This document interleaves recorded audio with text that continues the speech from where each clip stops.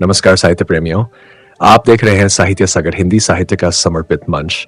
आज हम प्रस्तुत कर रहे हैं मुंशी प्रेमचंद जी के उपन्यास प्रेमाश्रम के भाग 16 से 20। प्रेमशंकर यहाँ 2 सप्ताह ऐसे रहे जैसे कोई जल्द छूटने वाला कैदी। जरा भी जी न लगता था। श्रद्धा की धार्मिकता से उन्हें जो आघात पहुंचा था, उसकी पीड़ा एक क्षण के लिए भी शांत न होती थी। बार बार इरादा करते कि फिर अमेरिका चला जाऊं और फिर जीवन पर्यंत आने का नाम न लूं। किंतु ये आशा कि कदाचित देश और समाज की अवस्था का जान श्रद्धा में सद्विचार उत्पन्न कर दे, उसका दामन पकड़ लेती थी। दिन के दिन दीवान खाने में पड़े रहते, न किसी से मिलना न जुलना। कृषि सुधार के इरादे स्थगित हो गए। उस पर विपत्ति ये भी कि जानशंकर बिरादरी वालों के षड्यंत्रों के समाचार ला लाकर उन्हें और भी उद्विग्न करते रहते थे। एक दिन खबर लाए कि लोगों ने एक महती सभा करके आपको समाज च्युत करने का प्रस्ताव पास कर दिया।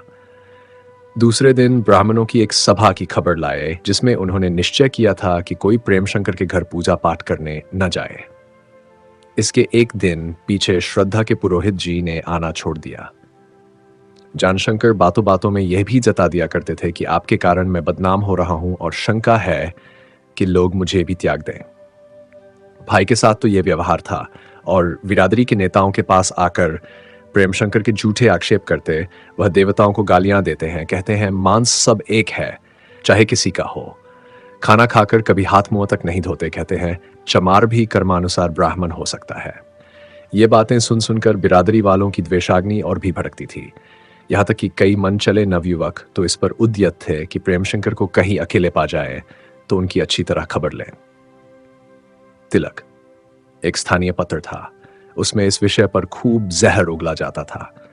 जानशंकर नित्य वह पत्र लाकर अपने भाई को सुनाते, और यह सब केवल इसलिए कि वह निराश और भयभीत होकर यहां से भाग खड़े हों और मुझे जायदाद में हिस्सा न देना पड़े। प्रेमशंकर साहस और जीवट के आदमी थे। इन धमकियों की उन्हें परवाह न थी, लेकिन उन्हें मंजूर न था कि मेरे कारण जानशंकर पर आंच आए।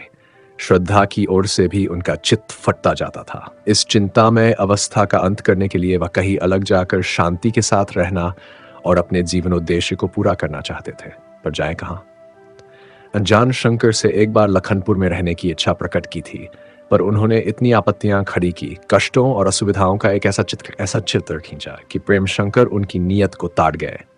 वह शहर के निकट ही थोड़ी सी ऐसी जमीन लेना चाहते थे जहां एक कृषिशाला खोल सके। इसी धुन में नित्य इधर उधर चक्कर लगाया करते थे। स्वभाव में संकोच इतना कि किसी से अपने इरादे जाहिर न करते। हाँ, लाला प्रभाशंकर का पितृवत प्रेम और स्नेह उन्हें अपने मन के विचार उनसे प्रकट करने पर बाध्य कर देता था। लाला जी को जब अवकाश मिलता, प्रेमशंकर के पास आ बैठते और अमेरिका के वृत्तांत बड़े शौक से सुनते। प्रेमशंकर दिनों दिन उनकी सज्जनता पर मुग्ध होते जाते थे।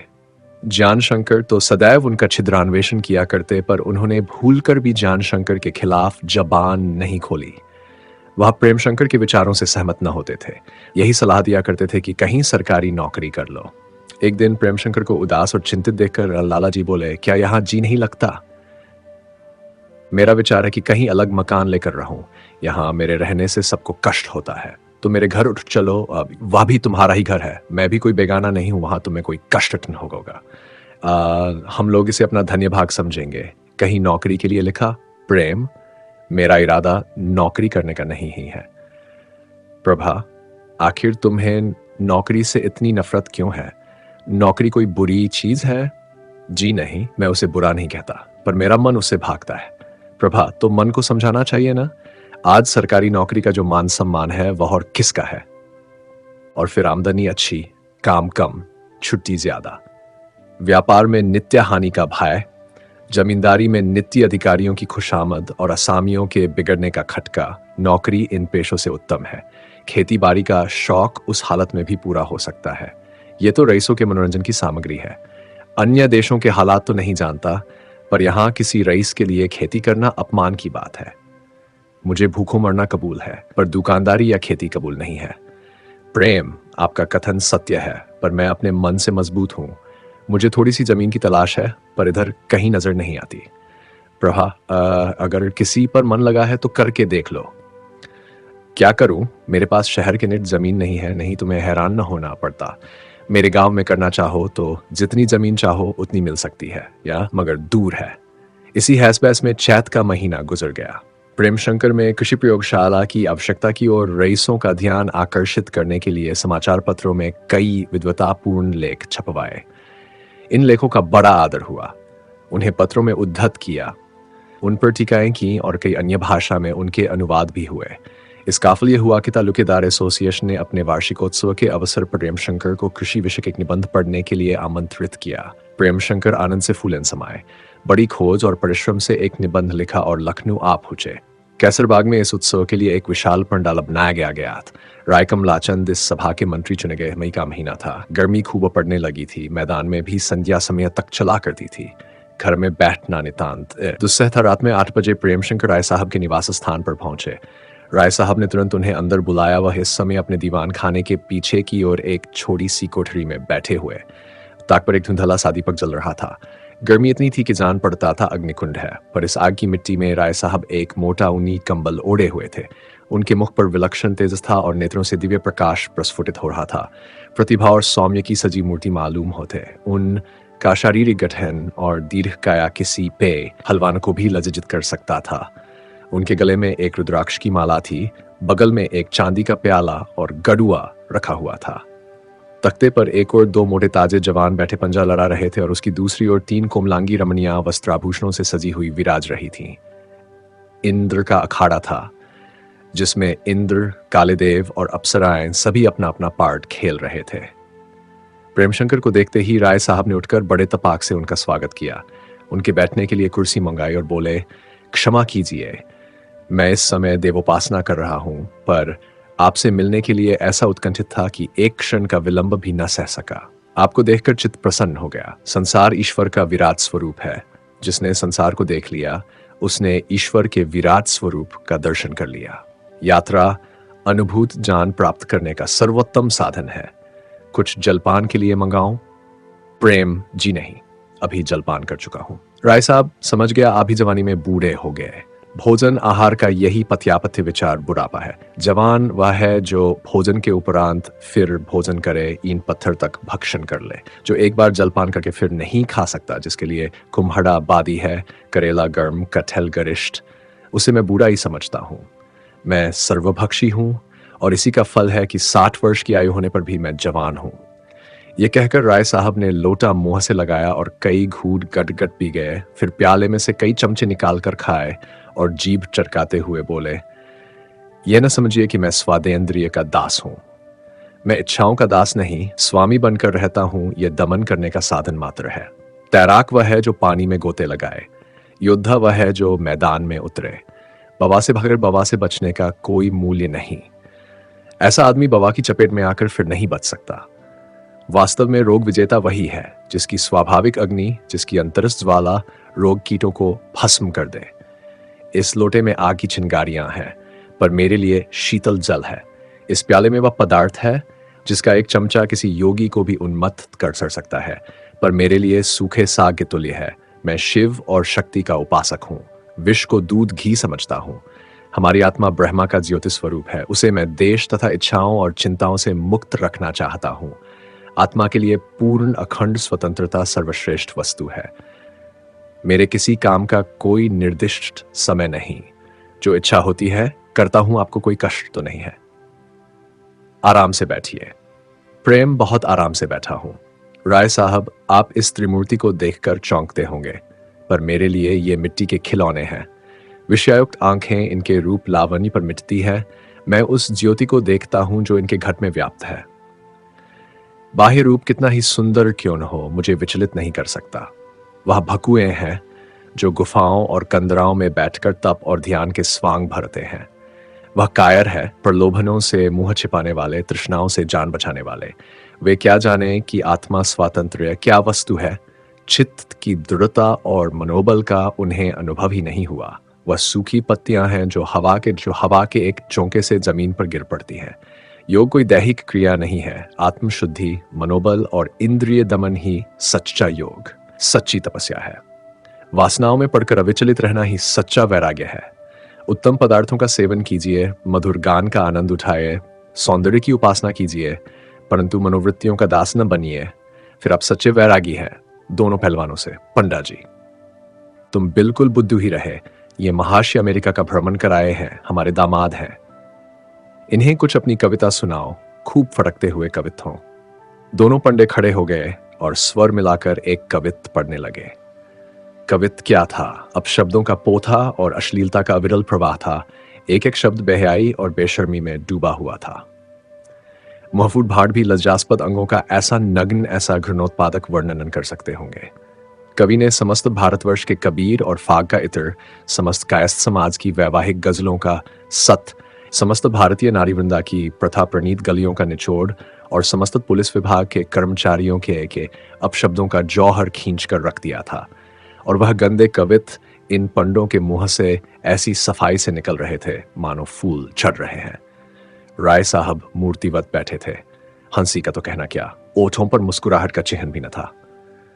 तीनों वेश्याओं ने शर्म से सिर झुका लिया, किंतु प्रेमाशंकर हंसी को रोक न सके। हंसते हंसते उनके पेट में बल पड़ गए। पंडों के चुप होते ही सामाजियों का आगमन हुआ।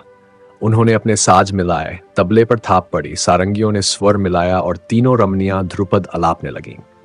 प्रेमशंकर को स्वर लालित्य का वही आनंद मिल रहा था जो किसी गवार को उज्जवल रत्नों के देखने से मिलता है। इस आनंद में रसचता न थी, किंतु मरमज राय साहब मस्त होकर झूम रहे थे और कभी कभी स्वयं गाने लगते थे। आधी रात तक मधुर अलाप की तानें उठती रहीं। जब प्रेमशंकर ऊंघ ऊंघ कर गिरने लगे तब सभा विसर्जित हुई। उन्हें राय साहब की बहुचिंत्यता और प्रतिभा पर आश्चर्य हो रहा था। इस मनुष्य में कितना बुद्धि चमत्कार, कितना आत्मबल, कितनी सिद्धि, कितनी सजीवता है और जीवन का कितना विलक्षण आदर्श। दूसरे दिन प्रेमशंकर सोकर उठे तो 8 बजे थे। मुंह हाथ धोकर बरामदे में टहलने लगे कि सामने से राय साहब एक मुश्की घोड़े पर सवार आते दिखाई दिए। शिकारी वस्त्र पहने हुए थे, कंधे पर बंदूक थी। पीछे पीछे शिकारी कुत्तों का झुंड चला आ रहा था। प्रेमशंकर को देखकर बोले, आज किसी भले आदमी का मुंह देखा था, एक वार भी खाली नहीं गया। निश्चय कर लिया था कि जलपान के समय तक लौट आऊंगा। आप कुछ अनुमान कर सकते हैं कितनी दूर से आ रहा हूं? पूरे 20 मील का धावा किया है। 3 घंटे से ज्यादा कभी नहीं सोता। मालूम है ना, आज 3 बजे से जलसा शुरू होगा। प्रेम, जी हां, डेलीगेट लोग आ गए होंगे। राय, मुझे अभी तक कुछ खबर नहीं और मैं ही स्वागतकारिणी समिति का प्रधान हूं। मेरे मुख्तार साहब ने सब प्रबंध कर दिया होगा। अभी तक मैंने कुछ भी नहीं सोचा कि वहां क्या कहूंगा। बस मौके पर जो मुंह में आएगा बक डालूंगा। प्रेम, आपकी सूझ बहुत अच्छी होगी। राय, जी हां, मेरे एसोसिएशन में ऐसा कोई नहीं है जिसकी सूझ अच्छी न हो। इस गुण में एक से एक बढ़कर है। कोषाध्यक्ष को आय व्यय का पता नहीं, पर सभा के सामने वह पूरा ब्यौरा दिखा देंगे। यही हाल औरों का भी है। जीवन इतना अल्प है कि आदमी को अपने ही डोल पीटने से छुट्टी नहीं मिलती। जाति का मंजीरा कौन बजाए? प्रेम, ऐसी संस्थाओं से देश का क्या उपकार होगा? राय, उपकार क्यों नहीं? क्या आपके विचार में जाति का नेतृत्व निरर्थक वस्तु है? आजकल तो यही उपाधियों का सदर दरवाजा हो रहा है। सरल भक्तों का श्रद्धास्पद बनना क्या कोई मामूली बात है? बेचारे जाति के नाम पर मरने वाले सीधे साधे लोग दूर दूर से हमारे दर्शनों को आते हैं, हमारी गाड़ियां खींचते हैं, हमारी पदरज को माथे पर चढ़ाते हैं।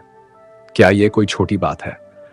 और फिर हम में कितने ही जाति के सेवक ऐसे भी हैं जो सारा हिसाब मन में रखते हैं।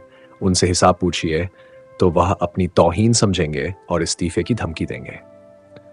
इसी संस्था के सहायक मंत्री की वकालत बिल्कुल नहीं चलती, पर अभी उन्होंने 20,000 का एक बंगला मोल लिया है। जाति से ऐसे भी लेना है, वैसे भी लेना है, चाहे इस बहाने से लीजिए, चाहे उस बहाने से लीजिए। प्रेम, मुझे अपना निबंध पढ़ने का समय कब मिलेगा? राय, आज तो मिलेगा नहीं। कल गार्डन पार्टी है, हिज एक्सेलेंसी और अन्य अधिकारी वर्ग निमंत्रित हैं। सारा दिन उसी तैयारी में लग जाएगा। परसों सब चिड़िया उड़ जाएंगी, कुछ इनगिने लोग रह जाएंगे, तब आप शौक से अपना लेख सुनाएगा। यही बातें हो रही थी कि राजा इंद्र कुमार सिन्हा का आगमन हुआ। राय साहब ने उनका स्वागत करके पूछा, नैनीताल कब तक चलिएगा? राजा साहब, मैं तो सब तैयारियां करके चला हूं, यहीं से हिज एक्सेलेंसी के साथ चला जाऊंगा। क्या मिस्टर जानशंकर नहीं आए? प्रेम, जी नहीं, उन्हें अवकाश नहीं मिला। राजा, मैंने समाचार पत्रों में आपके लेख देखे थे। इसमें संदेह नहीं कि आप कृषि शास्त्र के पंडित हैं, पर आप जो प्रस्ताव कर रहे हैं वह यहाँ के लिए कुछ बहुत उपयुक्त नहीं जान पड़ता। हमारी सरकार ने कृषि की उन्नति के लिए कोई बात उठा नहीं रखी। जगह जगह पर प्रयोगशालाएं खोली, सस्ते दामों में बीज बेचती हैं, कृषि संबंधी आविष्कारों का पत्रों द्वारा प्रचार करती है। इस काम के लिए कितने ही निरीक्षक नियुक्त किए हैं, कृषि के बड़े बड़े कॉलेज खोल रखे हैं, पर उनका फल कुछ न निकला। जब वह करोड़ों रुपए व्यय करके कृत कार्य न हो सकी तो आप 2 लाख की पूंजी से क्या कर लेंगे? आपके बनाए हुए यंत्र कोई सेंध भी न लेगा। आपकी रासायनिक खादें पड़ी सड़ेंगी। बहुत हुआ आप 5-7 सैकड़े मुनाफे दे देंगे। इससे क्या होता है? जब हम 2-4 कुएं खोदवा कर पटवारी से मिलकर कर्मचारियों का सत्कार करके आसानी से अपनी आमदनी बढ़ा सकते हैं, तो यह झंझट कौन करे? प्रेम, मेरा उद्देश्य कोई व्यापार खोलना नहीं है। मैं तो केवल कृषि की उन्नति के लिए धन चाहता हूं। संभव है आगे चलकर लाभ हो, पर अभी तो मुनाफे की कोई आशा नहीं। राजा समझ गया, यह केवल पुण्यकारी होगा। प्रेम, जी हां, यही मेरा उद्देश्य है। मैंने अपने उन लेखों में और इस निबंध में भी यही बात साफ साफ कह दी है। राजा, तो फिर आपने श्री गणेश करने में भूल की। आपको पहले इस विषय में लाट साहब की सहानुभूति प्राप्त करनी चाहिए थी। तब 2 की जगह आपको 10 लाख बाद की बात में मिल जाते। बिना सरकारी प्रेरणा के यहाँ ऐसे कामों में सफलता नहीं होती। यहाँ आप जितनी संस्थाएं देख रहे हैं ना, उनमें किसी का जन्म स्वाधीन रूप से नहीं। यहाँ की यही प्रथा है। राय साहब, यदि आपको हिज एक्सेलेंसी से मिला दें और उनकी आप पर कृपा दृष्टि हो जाए तो कल ही रुपये का ढेर लग जाए। राय, मैं बड़ी खुशी से तैयार हूं। मैं इस संस्था को सरकारी संपर्क से अलग रखना चाहता हूं। राजा, ऐसी दशा में आप इस एसोसिएशन से सहायता की आशा रखें। कम से कम मेरा यही विचार है। क्यों राय साहब? राय, आपका कहना यथार्थ है। प्रेम, तो फिर मेरा निबंध पढ़ना व्यर्थ है। राजा, नहीं, व्यर्थ नहीं है। संभव है आप इसके द्वारा आगे चलकर सरकारी सहायता पा सकें। हाँ राय साहब, प्रधान जी का जुलूस निकालने की तैयारी हो रही है ना? वह तीसरे की गाड़ी से आने वाले हैं। प्रेमशंकर निराश हो गए। ऐसी सभी में अपना निबंध पढ़ना अंधों के आगे रोना था। वह 3 दिन लखनऊ रहे और एसोसिएशन के अधिवेशन में शरीक होते रहे दसरा, किंतु न तो अपना लेख पढ़ा और न किसी ने उनसे पढ़ने के लिए जोर दिया। वहां तो सभी अधिकारियों के सेवा सत्कार में ऐसे दत्तचित्त थे मानो बारात आई हो, बल्कि उनका वहां रहना सबको अखरता था। सभी समझते थे कि ये महाशय मन में हमारा तिरस्कार कर रहे हैं। लोगों को किसी गुप्त रीति से यह भी मालूम हो गया था कि ये स्वराज्यवादी है। इस कारण से किसी ने उनसे निबंध पढ़ने के लिए आग्रह नहीं किया। यहां तक कि गार्डन पार्टी में उन्हें निमंत्रण भी न दिया। यह रहस्य लोगों पर उनके आने के 1 दिन पीछे खुला था। नहीं तो कदाचित उनके पास लेख पढ़ने को आदेश पत्र भी न भेजा जाता। प्रेमशंकर ऐसी दशा में वहां क्यों कर ठहरते? चौथे दिन घर चले आए। 2-3 दिन तक उनका चित्त बहुत खिन्न रहा, किंतु इसलिए नहीं कि उन्हें आशातीत सफलता न हुई, बल्कि इसलिए कि उन्होंने सहायता के लिए रईसों के सामने हाथ फैलाकर अपने स्वाभिमान की हत्या की। यद्यपि अकेले पड़े पड़े उनका जी उकता था, पर इसके साथ ही यह अवस्था आत्मचिंतन के बहुत अनुकूल थी। निस्वार्थ सेवा करना मेरा कर्तव्य है। प्रयोगशाला स्थापित करके मैं कुछ स्वार्थ भी सिद्ध करना चाहता था। कुछ लाभ होता, कुछ नाम होता। परमात्मा ने उसी का मुझे दंड दिया है। सेवा का क्या यही एक साधन है? मैं प्रयोगशाला के पीछे क्यों पड़ा हुआ हूं? बिना प्रयोगशाला के भी कृषि संबंधी विषयों का प्रचार किया जा सकता है। रोग निवारण क्या सेवा नहीं है? इन प्रश्नों ने प्रेमशंकर के सदुत्साह तो उत्तेजित को उत्तेजित कर दिया। वह प्रायरू घर से निकल जाते और आसपास के देहातों में जाकर किसानों से खेती बाड़ी के विषय में वार्तालाप करते। उन्हें अब मालूम हुआ कि यहाँ के किसानों को जितना मूर्ख समझा जाता है, वे उतने मूर्ख नहीं हैं। उन्हें किसानों से कितनी ही नई बातों का ज्ञान हुआ। शनैन वह दिन दिन भर घर से बाहर रहने लगे। कभी कभी दूर के देहातों में चले जाते। 2-3 दिन तक न लौटते। जेठ का महीना था। आकाश से आग बरसती थी। राज्याधिकारी वर्ग पहाड़ों पर ठंडी हवा खा रहे थे। भ्रमण करने वाले कर्मचारियों के दौरे भी बंद थे, पर प्रेमशंकर की तातील न थी। उन्हें बहुधा दोपहर का समय पेड़ों की छाह में काटना पड़ता। कभी दिन का दिन निराहार बीत जाता, पर सेवा की धुन ने उन्हें शारीरिक सुखों से विरक्त कर दिया था। किसी गांव में हैजा फैलने की खबर मिलती, कहीं कीड़े के पौधे का सर्वनाश किरे आपस में लठियावा होने का समाचार मिलता। प्रेमशंकर डाकियों की भांति इन सभी स्थानों पर जा पहुंचते और यथा सात्यक्ष निवारण का प्रयास करते। कभी कभी लखनपुर तक का धावा मारते। जब आषाढ़ में मेह बरसता तो प्रेमशंकर को अपने काम में बड़ी असुविधा होने लगी। वह एक विशेष प्रकार के धानों का प्रचार करना चाहते थे। तरकारियों के बीज वितरण करने के लिए मंगार खेते उन्हें बोने और उपजाने की विधि बतलानी भी जरूरी थी। इसलिए उन्होंने शहर से 4-5 मील पर वरुणा किनारे हाजीगंज में रहने का निश्चय किया। गांव से बाहर फूस का एक झोंपड़ा पड़ गया। 2-3 खाटें आगी। गांव वालों की उन पर असीम भक्त थी। उनके निवास को लोगों ने अहोभाग्य समझा। उन्हें सब लोग अपना रक्षक, अपना इष्टदेव समझते थे और उनके इशारे पर जान देने को तैयार रहते थे।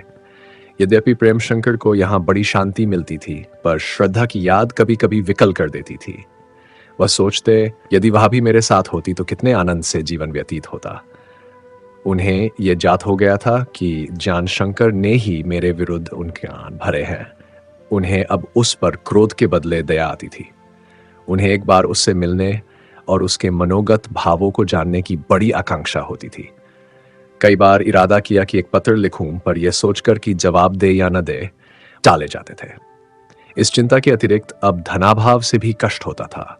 अमेरिका से जितने रुपए लाए थे वह इन 4 महीनों में खर्च हो गए थे और यहाँ नित्य ही रुपयों का काम लगा रहता था। किसानों से अपनी कठिनाइयां बयान करते हुए इन्हें संकोच होता था। वह अपने भोजनादि का बोझ भी उन पर डालना पसंद न करते थे और न शहर के किसी रईस से ही सहायता मांगने का साहस होता था। अंत में उन्होंने निश्चय किया कि जानशंकर से अपने हिस्से का मुनाफा मांगना चाहिए। उन्हें मेरे हिस्से की पूरी रकम उड़ा जाने का क्या अधिकार है? श्रद्धा के भरण पोषण के लिए वह अधिक से अधिक मेरा आधा हिस्सा ले सकते हैं। तभी भी मुझे 1000 के लगभग मिल जाएंगे। इस वक्त काम चलेगा, फिर देखा जाएगा। निस्संदेह इस आमदनी पर मेरा कोई हक नहीं है। मैंने उसका अर्जन नहीं किया, लेकिन मैं उसे अपने भोग विलास के निमित्त तो नहीं चाहता। उसे लेकर परमार्थ में खर्च करना आपत्तिजनक नहीं हो सकता। पहले प्रेमशंकर की निगाह इस तरफ कभी नहीं गई थी। वह इन रुपयों को ग्रहण करना अनुचित समझते थे, पर अभाव बहुधा सिद्धांतों और धारणाओं का बाधक हो जाता है। सोचा था कि पत्र में सब कुछ साफ साफ लिख दूंगा, मेरी कुछ सहायता करेंगे। भावों को केवल इतना लिखा कि मुझे रुपयों की बड़ी जरूरत है, आशा है मेरी कुछ सहायता करेंगे। भावों के लेखबद्ध करने में हम बहुत विचारशील हो जाते हैं। जानशंकर को यह पत्र मिला तो जामे से बाहर हो गए। श्रद्धा को सुनाकर बोले, यह तो नहीं होता कि कोई उद्यम करे, बैठे बैठे सुकीर्ति का आनंद उठाना चाहते हैं। जानते होंगे कि यहाँ रुपये बरस रहे हैं, बस बिना हर्रे फिटकरी के मुनाफा हाथ आ जाता है और यहाँ अदालत के खर्च के मारे कचूमर निकला जाता है। 1000 रुपये कर्ज लेकर खर्च कर चुका और अभी पूरा साल पड़ा है। एक बार हिसाब किताब देख लें तो आंखें खुल जाएं। मालूम हो जाए कि जमींदारी परोसा हुआ थाल नहीं है। सैकड़ों रुपये साल कर्मचारियों की नजर नियाज में उड़ जाते हैं। ये कहते हुए उसी गुस्से में पद का उत्तर लिखने नीचे गए। उन्हें अपनी अवस्था और दुर्भाग्य पर क्रोध आ रहा था। राय कमलानंद की चेतावनी बार बार याद आती थी। वही हुआ जो उन्होंने कहा था। संध्या हो गई थी। आकाश पर काली घटा छाई थी। प्रेमशंकर सोच रहे थे, बड़ी देर हुई, अभी तक आदमी जवाब देकर नहीं लौटा। कहीं पानी न बरसने लगे, नहीं तो इस वक्त आ भी न सकेगा। देखूं क्या जवाब देते हैं। सूखा जवाब तो क्या देंगे, हाँ मन में अवश्य झुंझलाएंगे। अब मुझे भी निस्संकोच होकर लोगों से सहायता मांगनी चाहिए। अपने बल पर यह बोझ मैं नहीं संभाल सकता। थोड़ी सी जमीन मिल जाती, मैं स्वयं कुछ पैदा करने लगता तो यह दशा न रहती। जमीन तो यहां बहुत कम है। हाँ, 50 बीघे का यह ऊसर अलबत्ता है, लेकिन जमींदार साहब से सौदा पटना कठिन है। वह ऊसर के लिए 200 रुपये बीघे नजराना मांगेंगे। फिर इसकी रेह निकालने और पानी के निकास नालियां बनाने में हजारों का खर्च है। क्या बताऊं, जानू ने मेरे सारे मंसूबे चौपट कर दिए। नहीं, लखनपुर यहां से कौन बहुत दूर था। मैं 15-20 बीघे की सीर भी कर लेता तो मुझे किसी की मदद की दरकार न होती। ये इन्हीं विचारों में डूबे थे कि सामने से एक इक्का आता हुआ दिखाई दिया। पहले तो कई आदमियों ने इक्केवान को ललकारा, क्यों खेत में इक्का लाता है? आंखें फूटी हुई हैं, देखता नहीं, खेत बोया हुआ है। पर जब इक्का प्रेमशंकर के झोंपड़े की ओर मुड़ा तो लोग चुप हो गए। इस पर लाला प्रभाशंकर और उनके दोनों लड़के पद्मशंकर और तेजशंकर बैठे हुए थे। प्रेमशंकर ने दौड़कर उनका स्वागत किया। प्रभाशंकर ने उन्हें छाती से लगा लिया और पूछा, अभी तुम्हारा आदमी झानू का जवाब लेकर तो नहीं आया? प्रेम, जी नहीं, अभी तो नहीं आया, देर बहुत हुई प्रभा, मेरे ही हाथबाजी रही। मैं उसके 1 घंटा पीछे चला हूं। ये लो, बड़ी बहू ने ये लिफाफा और संदूकची तुम्हारे पास भेजी है। मगर ये तो बताओ, ये बनवास क्यों कर रहे हो? तुम्हारे एक छोड़ दो घर हैं, उनमें न रहना चाहो तो तुम्हारे कई मकान किराए पर उठे हुए हैं, उनमें से जिसे कहो खाली करा दूं। आराम से शहर में रहो। तुम्हें इस दशा में देखकर मेरा हृदय फटा जाता है। यह फूस का झोंपड़ा, बीहड़ स्थान, नन कोई आदमी ना आदमजाद, मुझसे तो यहां एक क्षण भी न रहा जाए। हफ्तों घर की सुधि नहीं लेते। मैं तुम्हें यहां न रहने दूंगा। हम तो महल में रहे और तुम यो बनवास करो। यह सब मेरा दुर्भाग्य है। मेरे कलेजे के टुकड़े हुए जाते हैं। भाई साहब, जब तक जीवित रहे मैं अपने ऊपर गर्व करता था, समझता था कि मेरी बदौलत एक बना हुआ है, लेकिन उनके उठते ही घर की श्री उठ गई। मैं 2-4 साल भी उस मेल को न निभा सका। वह भाग्यशाली थे, मैं अभागा हूं और क्या कहूं। प्रेमशंकर ने बड़ी उत्सुकता से लिफाफा खोला और पढ़ने लगे। लाला जी की तरफ उनका ध्यान न था। प्रिय प्राणपति, दासी का प्रणाम स्वीकार कीजिए। आप जब तक विदेश में थे वियोग के दुख को धैर्य के साथ सहती रही, पर आपका ये एकांत निवास नहीं सहा जाता। मैं यहाँ आपसे बोलती न थी, आपसे मिलती न थी, पर आपको आंखों से देखती तो थी, आपकी कुछ सेवा तो कर सकती थी। आपने ये सुअवसर भी मुझसे छीन लिया। मुझे तो संसार की हंसी का डर था, आपको भी संसार की हंसी का डर है। मुझे आपसे मिलते हुए अनिष्ट की आशंका होती है। धर्म को तोड़कर कौन प्राणी सुखी रह सकता है? आपके विचार तो ऐसे नहीं, फिर आप क्यों मेरी सुधि नहीं लेते? यहां लोग आपके प्रायश्चित करने की चर्चा कर रहे हैं। मैं जानती हूं आपको बिरादरी का भय नहीं है, पर यह भी जानती हूं कि आप मुझ पर दया और प्रेम रखते हैं। क्या मेरी खातिर इतना न कीजिएगा? मेरे धर्म को निभाएगा। इस संदूकची में मेरे कुछ गहने और रुपये हैं। गहने अब किसके लिए पहनूं? कौन देखेगा? यह तुच्छ भेंट है, उसे स्वीकार कीजिए। यदि आपने लेंगे तो समझूंगी कि आपने मुझसे नाता तोड़ दिया। आपकी अभागिनी श्रद्धा। प्रेमशंकर के मन में पहले विचार हुआ कि संदूकची को वापस कर दूं और लिख दूं कि मुझे तुम्हारी मदद की जरूरत नहीं। क्या मैं ऐसा निर्लज्ज हो गया कि जो स्त्री मेरे साथ इतनी निष्ठुरता से पेश आए उसी के सामने मदद के लिए हाथ फैलाऊं? लेकिन एक ही क्षण में यह विचार पलट गया। उसके स्थान पर यह शंका हुई कि कहीं इसके मन में कुछ और तो नहीं ठान ली है। यह पत्र किसी विषम संकल्प का सूचक तो नहीं है। वह अस्थिर चित्त होकर इधर उधर टहलने लगे। सहसा लाला प्रभाशंकर से बोले, आपको तो मालूम होगा जानशंकर का बर्ताव उसके साथ कैसा है। प्रभा, बेटे बात मुझसे मत पूछो। हाँ, इतना कहूंगा कि तुम्हारे यहां रहने से बहुत दुखी है। तुम्हें मालूम है कि उसको तुमसे कितना प्रेम है। तुम्हारे लिए उसने बड़ी तपस्या की है। उसके ऊपर तुम्हारी अकृपा नितांत अनुचित है। प्रेम, मुझे वहां रहने में कोई उज़र नहीं है। हाँ, जानशंकर के कुटिल व्यवहार से दुख होता है और फिर वहां बैठकर यह काम न होगा। किसानों के साथ मैं उनकी जितनी सेवा कर सकता हूं अलग रहकर नहीं कर सकता। आपसे केवल प्रार्थना करता हूं कि आप उसे बुलाकर उसकी तस्कीन कर दीजिएगा। मेरे विचार से उसका व्यवहार कितना ही अनुचित क्यों न हो, पर मैं उसे निरपराध समझता हूं। यह दूसरों के बहकाने का फल है। मुझे शंका होती है कि वह जान पर न खेल जाए। मगर तुम्हें वचन देना होगा कि सप्ताह में कम से कम एक बार वहां अवश्य जाया करोगे। प्रेम, इसका पक्का वादा करता हूं। प्रभाशंकर ने लौटना चाहा, पर प्रेमशंकर ने उन्हें साग्रह रोक लिया। हाजीगंज में एक सज्जन ठाकुर भवानी सिंह रहते थे। उनके यहां भोजन का प्रबंध किया गया। पूरियां मोटी थी और भाजी भी अच्छी न बनी थी, किंतु दूध बहुत स्वादिष्ट था। प्रभाशंकर ने मुस्कुराकर कहा, ये पूरियां हैं या लिट्टी? मुझे तो 2-4 दिन भी खानी पड़े तो काम तमाम हो जाए। हाँ, दूध की मलाई अच्छी है। प्रेम, मैं तो यहाँ रोटियां बना लेता हूँ, दोपहर को दूध पी लिया करता हूँ। प्रभा, तो ये कहो तुम योगाभ्यास कर रहे हो। अपनी रुचि का भोजन न मिले तो फिर जीवन का सुख ही क्या रहा। प्रेम, क्या ने, मैं तो रोटियों से ही संतुष्ट हो जाता हूँ। कभी कभी तो मैं शाक या दाल भी नहीं बनाता। सूखी रोटियां बहुत मीठी लगती हैं। स्वास्थ्य के विचार से भी रूखा सूखा भोजन उत्तम है। प्रभा, यह सब नए जमाने के डकोसले हैं। लोगों की पाचन शक्ति निर्बल हो गई है, इसी विचार से अपने को तस्कीन दिया करते हैं। मैंने तो आजीवन चटपटा भोजन किया है, पर कभी कोई शिकायत नहीं हुई। भोजन करने के बाद कुछ इधर उधर की बातें होने लगीं। लाला जी थके थे, सो गए, किंतु दोनों लड़कों को नींद नहीं आती थी। प्रेम शंकर बोले, क्यों तेज शंकर, क्या नींद नहीं आती? मैट्रिक में हो ना? इसके बाद क्या करने का विचार है? तेज शंकर, मुझे क्या मालूम, दादाजी की जो राय होगा वही करूंगा। प्रेम, और तुम क्या करोगे पद्म शंकर? पद्म, मेरा तो पढ़ने में जी नहीं लगता, जी चाहता है साधु हो जाऊं। प्रेम, प्रेम, अभी से? पद्म, जी हां, खूब पहाड़ों पर विचरूंगा, दूर दूर के देशों की सैर करूंगा। भैया भी तो साधु होने को कहते हैं। प्रेम, तो तुम दोनों साधु हो जाओगे और गृहस्थी का सारा बोझ चाचा साहब के सिर पर छोड़ दोगे। तेज, मैंने कब साधु होने को कहा पद्मू, झूठ बोलते हो। पद्म, रोज तो कहते हो, इस वक्त लजा रहे हो। तेज, बड़े झूठे हो। पद्म, पद्म, अभी तो कल ही कह रहे थे कि पहाड़ों पर जाकर योगियों से मंत्र जगाना सीखेंगे।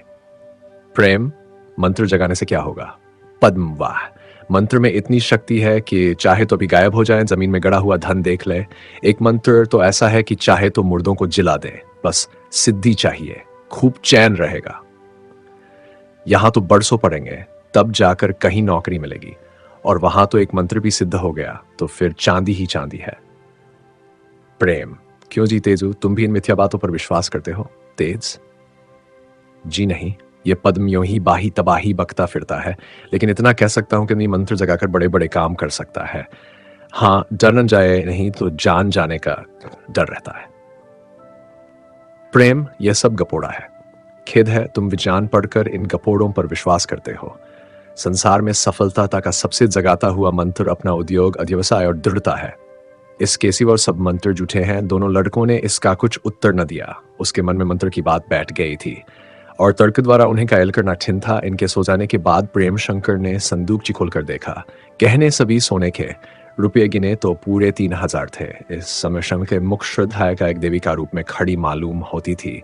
उसकी मुखश्री एक विलक्षण ज्योति से प्रदीप्त थी। त्याग और अनुराग की विशाल मूर्ति थी, जिसके कोमल नेत्रों में भक्ति और प्रेम की किरणें प्रस्फुटित हो रही थीं।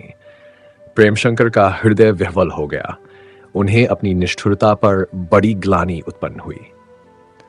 श्रद्धा की भक्ति के सामने अपनी कटुता और अनुदारता अत्यंत निंद्य प्रतीत होने लगी। उन्होंने संदूकची बंद करके खाट के नीचे रख दी और लेटे तो सोचने लगे, इन गहनों को क्या करूं? कुल संपत्ति 5,000 से कम की नहीं है। इसे मैं ले लूं तो श्रद्धा निर्वलंब हो जाएगी, लेकिन मेरी दशा सदैव ऐसी ही थोड़े रहेगी।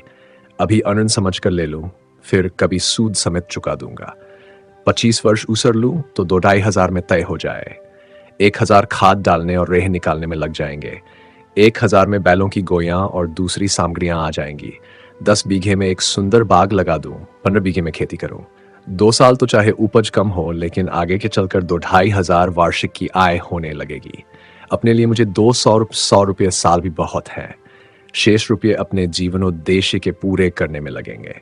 संभव है तब तक कोई सहायक भी मिल जाए, लेकिन उस दशा में कोई सहायता भी ना करे तो मेरा काम चलता रहेगा। हाँ, एक बात का ध्यान ही ना, मैं ये ऊसर ले लूं तो फिर इस गांव में गोचर भूमि कहाँ रहेगी? ये ऊसर तो यहाँ के पशुओं का मुख्य आधार है, राइट? नहीं, इसके लेने का विचार छोड़ देना चाहिए। अब तो हाथ में रुपये आ गए हैं, कहीं ना कहीं जमीन मिल ही जाएगी। हाँ, अच्छी जमीन होगी तो इतने रुपयों में 10 बीघे से ज्यादा न मिल सकेगी। 10 बीघे में मेरा काम कैसे चलेगा? प्रेम शंकर इसी उधेड़ बुन में पड़े हुए थे। मूसलाधार मेघ बरस रहा था। सहसा उनके कानों में बादलों के गर्जन की सी आवाज आने लगी, लेकिन जब देर तक इस ध्वनि का तार न टूटा, मानो किसी बड़े पुल पर रेलगाड़ी चली जा रही हो, और थोड़ी देर में गांव की ओर से आदमियों के चिल्लाने और रोने की आवाजें आने लगीं, तो वह घबरा कर उठे और गांव की तरफ नजर दौड़ाई। गांव में हलचल मची हुई थी। लोग हाथों में सन और अरहर के डंठलों की मशालें लिए इधर उधर दौड़ते फिरते थे। कुछ लोग मशालें लिए नदी की तरफ दौड़ते जाते थे। एक क्षण में मशालों का प्रतिबिंब सा दिखने लगा, जैसे गांव में पानी लहरें मार रहा हो। प्रेमशंकर समझ गए कि बाढ़ आ गई। अब विलंब करने का समय न था। वह तुरंत गांव की तरफ चले, लेकिन थोड़ी ही दूर चलकर वह घुटनों तक पानी में पहुंचे। बहाव में इतना वेग था कि उनके पांव मुश्किल से संभल सकते थे। कई बार वह गड्ढों में गिरते बचे। जल्दी में जल थाहने के लिए कोई लकड़ी भी न ले सके थे। जी चाहता था कि गांव में उड़कर जा पहुंचूं और लोगों की यथासाध्य ही मदद करूं, लेकिन यहाँ एक एक पग रखना दुस्तर था। चारों तरफ घना अंधेरा, ऊपर मूसलाधार वर्षा, नीचे वेगवती लहरों का सामना, राह पर का कहीं पता नहीं। केवल मशालों को देखते चले जाते थे। कई बार घरों के गिरने का धमाका सुनाई दिया। गांव के निकट पहुंचे तो हाहाकार मचा हुआ था। गांज के समस्त प्राणी, युवा, वृद्ध, बाल मंदिर के चबूतरे पर खड़े ये विध्वंसकारी मेघलीला देख रहे थे। प्रेमशंकर को देखते ही लोग चारों ओर आकर खड़े हो गए। प्रेमशंकर, बाढ़ क्या अब की ही आई है या और भी कभी आई थी? भवानी सिंह, हर दूसरे तीसरे साल आ जाती है, कभी कभी तो साल में 2-2 बेर आ जाती है। प्रेमशंकर, इसके रोकने का कोई प्रयत्न नहीं किया गया। भवानी सिंह, इसका एक ही उपाय है, नदी के किनारे बांध बना दिया जाए, लेकिन कम से कम 3,000 का खर्च है, वह हमारे किए नहीं हो सकता, इतनी सामर्थ्य ही नहीं। कभी बाढ़ आती है, कभी सूखा पड़ता है। धन कहां से आए? प्रेमशंकर, जमींदार से इस विषय में तुम लोगों ने कुछ नहीं कहा? उनके कभी दर्शन ही नहीं होते, किससे कहे? सेठ जी ने ये गांव उन्हें पिंड दान में दे दिया था। बस आप तो गया जी में बैठे रहते हैं। साल में 2 बार उनका मुंशी आकर लगान वसूल कर ले जाता है। उससे कहो तो कहता है हम कुछ नहीं जानते, पंडा जी जाने। हमारे सिर पर चाहे जो पड़े, उन्हें अपने काम से काम है। प्रेमशंकर, अच्छा इस वक्त क्या उपाय करना चाहिए? कुछ बचा या सारा डूब गया? भवानी, अंधेरे में सब कुछ सूझ तो नहीं पड़ता, लेकिन अटकल से जान पड़ता है कि घर एक ही नहीं बचा। कपड़े लत्ते, बर्तन भाड़े के खाट खटोले सब बह गए। इतनी मोहलत ही नहीं मिली कि अपने साथ कुछ लाते। जैसे बैठे थे वैसे ही उठकर भागे। ऐसी बाढ़ कभी नहीं आई थी जैसे आंधी आ जाए, बल्कि आंधी का हाल भी कुछ पहले मालूम हो जाता है। यहां तो कुछ पता ही नहीं चला। प्रेमशंकर, मवेशी भी बह गए होंगे? भवानी, राम जाने, कुछ तुड़ाकर भागे होंगे, कुछ बह गए होंगे, कुछ पतंग पानी में डूब गए होंगे। पानी 10-5 अंगुल और चढ़ा तो उनका भी पता लगेगा। प्रेमशंकर, कम से कम उनकी रक्षा तो करनी चाहिए। भवानी, हमें तो असाध्य जान पड़ता है। प्रेमशंकर, नहीं, हिम्मत न हारो, भला कुछ कितने मर्द यहां होंगे? भवानी, यही कोई 40-50। प्रेम, तो 5-5 आदमियों की एक एक टुकड़ी बना लो और सारे गांव का एक चक्कर लगाओ। जितने जानवर मिले उन्हें बटोर लो और मेरे झोंपड़े के सामने ले चलो। वहां जमीन बहुत ऊंची है, पानी नहीं जा सकता। मैं भी तुम लोगों के साथ चलता हूं। जो लोग इस काम के लिए तैयार हों, सामने निकल आए। प्रेमशंकर के उत्साह ने लोगों को उत्साहित किया। तुरंत 50-60 आदमी निकल आए, सबके हाथों में लाठियां थीं। प्रेमशंकर को लोगों ने रोकना चाहा, लेकिन वह किसी तरह न माने। एक लाठी हाथ में ले ली और आगे आगे चले। पग पग पर बहते हुए झोंपड़ों, गिरे हुए वृक्षों तथा बहती हुई चारपाइयों सेट कराना पड़ता था। गांव का नाम निशानभीन था। गांव वालों के अपने अपने घरों का भी पता चलता था। जहां तहां भैंसों और बैलों के डकारने की आवाज सुन पड़ती थी। कहीं कहीं पशु बहते हुए भी मिलते थे। यह रक्षक दल सारी रात पशुओं के उद्धार का प्रयत्न करता रहा। उनका साहस अदम्य और उद्योग अविश्रांत था। प्रेमशंकर अपनी टुकड़ी के साथ बारी बारी से अन्य दलों की सहायता करते रहते थे। उनका धैर्य और परिश्रम देखकर निर्बल हृदय वाले भी प्रोत्साहित हो जाते थे। जब दिन निकला और प्रेमशंकर अपने झोंपड़े पर पहुंचे, तब 200 से अधिक पशुओं को आनंद से बैठे जुगाली करते हुए देखा, लेकिन इतनी कड़ी मेहनत कभी न की थी। ऐसे थक गए थे कि खड़ा होना मुश्किल था। अंग अंग अंग में पीड़ा हो रही थी। 8 बजते बजते उन्हें ज्वर हो आया। लाला प्रभाशंकर ने यह वृत्तांत सुना तो असंतुष्ट होकर बोले, बेटा, परमार्थ करना बहुत अच्छी बात है, लेकिन इस तरह प्राण देकर नहीं। चाहे तुम्हें अपने प्राण का मूल्य इन जानवरों से कम जान पड़ता हो, लेकिन हम ऐसे ऐसे लाखों पशुओं का तुम्हारे ऊपर बलिदान कर सकते हैं। श्रद्धा सुनेगी तो न जाने उसका क्या हाल होगा। ये कहते कहते उनकी आंखें भर आई। 3 दिन तक प्रेमशंकर ने सिर न उठाया और न लाला प्रभाशंकर उनके पास से उठे। उनके सिरहाने बैठे हुए कभी विनय पत्रिका के पदों का पाठ करते, कभी हनुमान चालीसा का पाठ पढ़ते। हाजीपुर में 2 ब्राह्मण भी थे। वह दोनों झोंपड़े में बैठे दुर्गा पाठ किया करते। अन्य लोग तरह तरह की जड़ी बूटियां लाते। आसपास के देहातों में भी जो उनकी बीमारी की खबर पाता, दौड़ा हुआ देखने आता। चौथे दिन ज्वर उतर गया, आकाश भी निर्मल हो गया और बाढ़ उतर गई। प्रभात का समय था। लाला प्रभाशंकर ब्राह्मणों को दक्षिणा देकर घर चले गए थे। प्रेमशंकर अपनी चारपाई पर तकिए के सहारे बैठे हुए हाजीपुर की तरफ चिंता में नेत्रों से देख रहे थे। 4 दिन पहले जहां एक हरा भरा लहलहाता हुआ गांव था, जहां मीलों तक खेतों में सुखद हरियाली छाई हुई थी, जहां प्रातःकाल गाय भैंसों के रेवड़ चढ़ते चढ़ते दिखाई देते थे, जहां झोंपड़ों से चक्कियों की मधुर ध्वनि उठती थी और बाल वृद्ध मैदानों में खेलते कूदते दिखाई देते थे, वहां एक निर्जन मरुभूमि थी। गांव के अधिकांश प्राणी दूसरे गांव में भाग गए थे और कुछ लोग प्रेम शंकर के झोंपड़े के सामने सिरकियां डाले पड़े थे। नन किसी के पास अन्न था, नन वस्त्र। बड़ा शोकमय दृश्य था। प्रेमाशंकर सोचने लगे, कितनी विषम समस्या है। इन दिनों का कोई सहायक नहीं, आए दिन इन पर यही विपत्ति पड़ा करती है और ये बेचारे इसका निवारण नहीं कर सकते। साल 2 साल में जो कुछ तन पेट काटकर संचय करते हैं वह जलदेव को भेंट देते हैं। कितना धन, कितने जीव इस भंवर में समा जाते हैं, कितने घर मिट जाते हैं, कितनी गृहस्थियों का सर्वनाश हो जाता है, और ये केवल इसलिए कि इनको गांव के किनारे एक सुदृढ़ बात बनाने का साहस नहीं है। न इतना धन है, न वह सहमति और सुसंगठन है जो धन का अभाव होने पर भी बड़े बड़े कार्य सिद्ध कर देता है। ऐसा बांध यदि बन जाए तो उससे इसी गांव की नहीं, आसपास के कई गांवों की रक्षा हो सकती है। मेरे पास इस समय 4-5 हजार रुपये हैं, क्यों न इस बांध में हाथ लगा दूंगा। गांव के लोग धन न दे सके, मेहनत तो कर सकते हैं, केवल उन्हें संगठित करना होगा। दूसरे गांव के लोग भी निस्संदेह इस काम में सहायता देंगे। ओह, कहीं ये बांध तैयार हो जाए तो इन गरीबों का कितना कल्याण हो।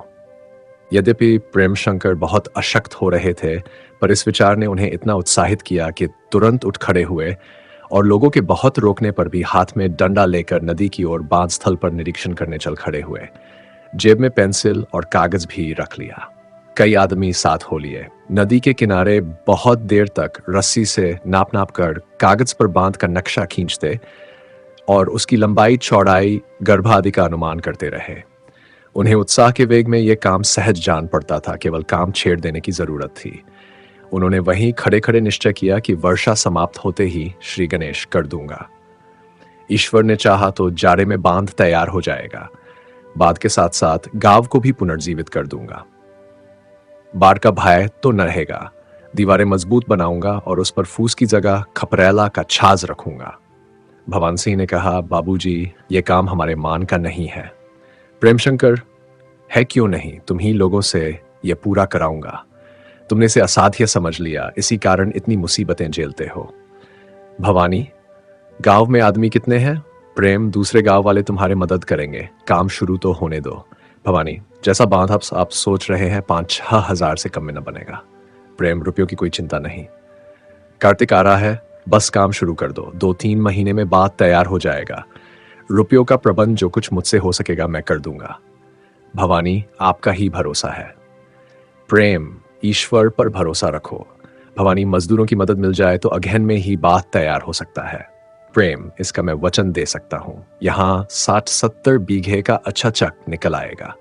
भवानी, तब हम आपका झोंपड़ा भी यही बना देंगे। वह जगह ऊंची है, लेकिन कभी कभी वहां भी बाढ़ आ जाती है। प्रेम, तो आज ही भागे हुए लोगों को सूचना दे दो और पड़ोस के गांव में भी खबर भेज दो। गायत्री उन महिलाओं में थी जिनके चरित्र में रमणीयता और लालित्य के साथ पुरुषों का साहस और धैर्य भी मिला होता है।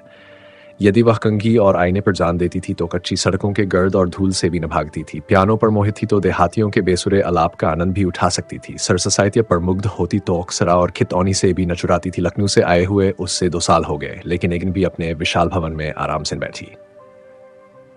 कभी इस गांव जाती, कभी उस छावनी में ठहरती, कभी तहसील आना पड़ता, कभी सदर जाना पड़ता, बार बार अधिकारियों से मिलने की जरूरत पड़ती।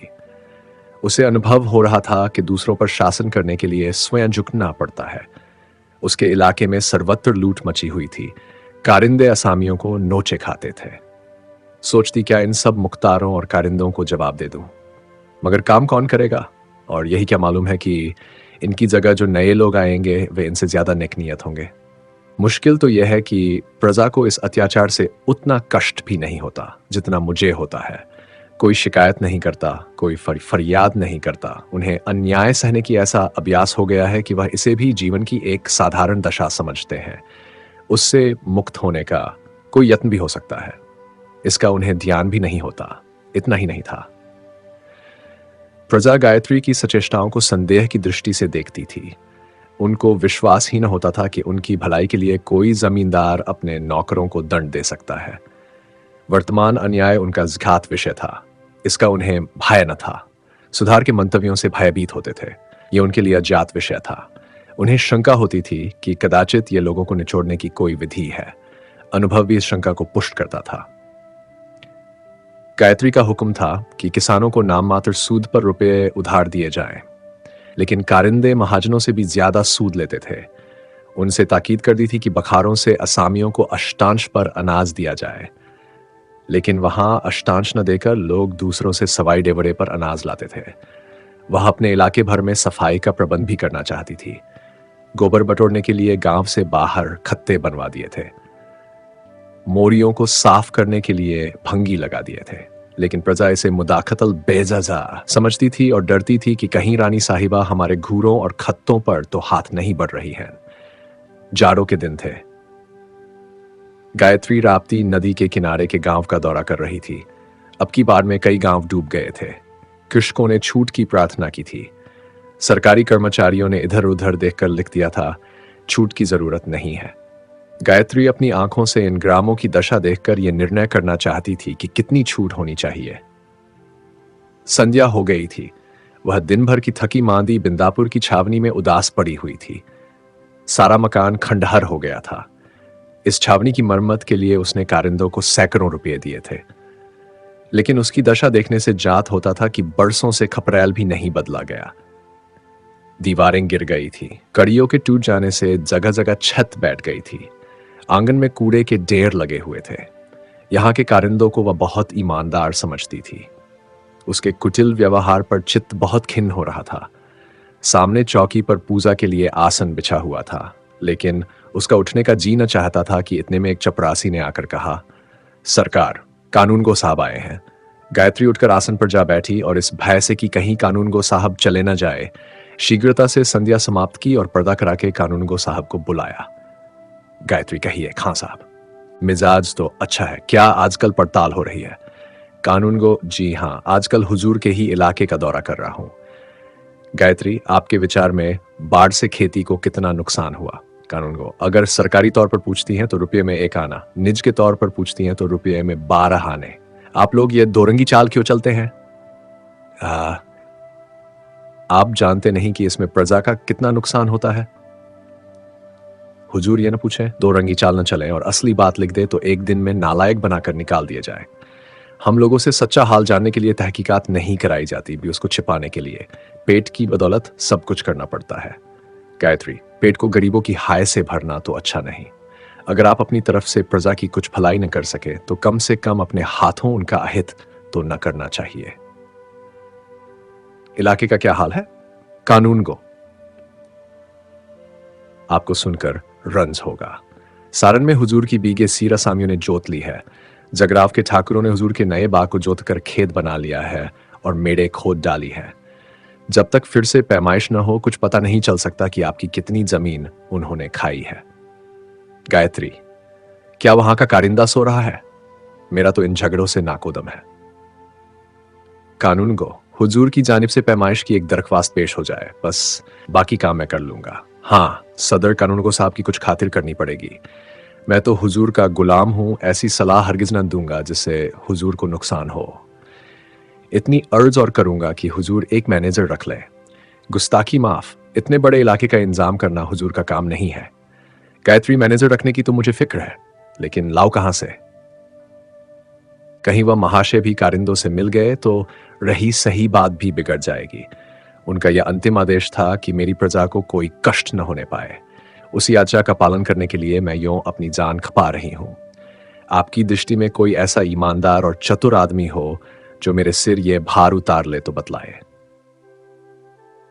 कानूनगो, बहुत अच्छा, मैं ख्याल रखूंगा। मेरे एक दोस्त हैं, ग्रेजुएट, बड़े लायक और तजुर्बेकार, खानदानी आदमी हैं। मैं उनसे जिक्र करूंगा।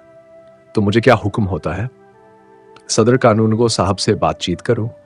गायत्री, जी हां, कह तो रही हूं, वही लाला साहब है ना, लेकिन वह तो बेतरा मुंह फैलाते हैं। कानूनगो, हुजूर खातिर जमा रखें, मैं उन्हें सीधा कर लूंगा। औरों के साथ चाहे वह कितना मुंह फैलाए, मैं यहां उनकी दाल न गलने पाएगी। बस हुजूर के 500 रुपये खर्च होंगे। इतने में ही दोनों गांवों की पैमाइश करा दूंगा।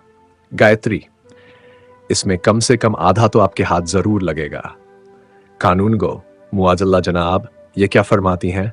मैं मरते दम तक हुजूर को मुगालता न दूंगा। हाँ, काम पूरा हो जाने पर हुजूर जो कुछ अपनी खुशी से अदा करेंगी वह सिर आंखों पर रखूंगा। गए तो ये कहिए, 500 के ऊपर कुछ और भी आपको भेंट करना पड़ेगा। मैं इतना महंगा सौदा नहीं करती। यही बातें हो रही थी कि पंडित लेखराज जी का शुभागमन हुआ। रेशमी अचकन, रेशमी पगड़ी, रेशमी चादर, रेशमी धोती, पांव में दिल्ली का सलेमशाही कामदार जूता, माथे पर चंद्र बिंदु, अधरों पर पान की लाली, आंखों पर सुनहरी ऐनक, केवड़ों में बसे हुए आकर कुर्सी पर बैठ गए। गायत्री पंडित जी महाराज को पालागन करती हूँ। लेखराज, आशीर्वाद। आज तो सरकार को बहुत कष्ट हुआ। गायत्री, क्या करूं, मेरे पुरखों ने भी बिना खेत की खेती, बिना जमीन की जमींदारी, बिना धन की महाजनी प्रथा निकाली होती तो मैं आपकी ही तरह चैन करती। कानून गो साहब, आप सुनते हैं सरकार की बातें ऐसी चुनकर कह देती है कि उसका जवाब ही न बन पड़े। सरकार को परमात्मा ने रानी बनाया है, दैट हम तो सरकार के द्वार के भिक्षुक हैं। सरकार ने धर्मशाला के शिलारोपण का शुभ मुहूर्त पूछा था, वह मैंने विचार कर लिया है। इसी पक्ष की एकादशी को प्रातःकाल सरकार के हाथ से नींव पर जानी चाहिए। गायत्री, यह सुकीर्ति मेरे भाग्य में नहीं लिखी है। आपने किसी रईस को अपने हाथों सार्वजनिक इमारतों का आधार रखते देखा है? लोग अपने रहने के मकानों की नींव अधिकारियों से रखवाते हैं। मैं इस प्रथा को क्यों कर तोड़ सकती हूं? जिलाधीश को शिलारोपण के लिए निमंत्रित करूंगी। उन्हीं के नाम पर नामकरण होगा। किसी ठेकेदार से भी आपने बातचीत की? लेखराज जी, हाँ, मैंने एक ठेकेदार को ठीक कर लिया है। सज्जन पुरुष है, इस शुभ कार्य को बिना लाभ के करना चाहता है, केवल लागत मात्र लेगा। गायत्री, आपने उसे नक्शा दिखा दिया ना? कितने पर काम का ठेका लेना चाहता है? लेखराज, वह कहता है दूसरा ठेकेदार जितना मांगे उससे मुझे 100 रुपए कम दिए जाए। गायत्री, तो अब एक दूसरा ठेकेदार लगाना पड़ा। वह कितना तखमीना करता है? लेखराज, उसके हिसाब से 60,000 पड़ेंगे। माल मसाला अब अव्वल दर्जे का लगाएगा। अब महीने में काम पूरा कर लेगा। गायत्री ने इस मकान का नक्शा लखनऊ में बनवाया था, वहां इसका तखमीना 40,000 किया गया था। व्यंग भाव से बोली, तब तो वास्तव में आपका ठेकेदार बड़ा सज्जन पुरुष है। इसमें कुछ न कुछ तो आपके ठाकुर जी पर जरूर ही चढ़ाए जाएंगे। लेखराज, सरकार तो दिल लगी करती है। मुझे सरकार से यूं ही क्या कम मिलता है कि ठेकेदार से कमीशन ठहराता। कुछ इच्छा होगी तो मांग लूंगा, नियत क्यों बिगाड़ूं? गायत्री, मैं इसका जवाब 1 सप्ताह में दूंगी। कानून गो, और मुझे क्या हुक्म होता है? पंडित जी, आपने भी तो देखा होगा सारन और जगराव में हुजूर की कितनी जमीन दब गई है। पंडित जी, हाँ, क्यों नहीं, 100 बीघे से कम न दबी होगी। गायत्री, मैं जमीन देखकर आपको इत्तला दूंगी। अगर आपस में समझौते से काम चल जाए तो रार बढ़ाने की जरूरत नहीं। दोनों महानुभाव निराश होकर विदा हुए। दोनों मन ही मन गायत्री को कोस रहे थे। कानूनगो ने कहा, चालाक औरत है, बड़ी मुश्किल से हत्थे पर चढ़ती है। लेखराज बोले, एक एक पैसा दांत से पकड़ती है, न जाने बटोर कर क्या करेगी, कोई आगे पीछे भी तो नहीं है। अंधेरा हो चला था। गायत्री सोच रही थी, इन लुटेरों से क्यों कर बचूं? इनका बस चले तो दिन दहाड़े लूट लें। इतने नौकर है, लेकिन ऐसा कोई नहीं जिससे इलाके की उन्नति का ध्यान हो। ऐसा सुयोग्य आदमी कहाँ मिलेगा? मैं अकेली ही कहाँ कहाँ दौड़ सकती हूँ। ठीके पर दे दूं तो इससे अधिक लाभ हो सकता है। सब झंझटों से मुक्त हो जाऊंगी, लेकिन असामी मर मिटेंगे। ठेकेदार इन्हें पीस डालेगा। कृष्णार्पण कर दूं तो भी वही हाल होगा। कहीं ज्ञान शंकर राजी हो जाए तो इलाके के भाग जग उठे।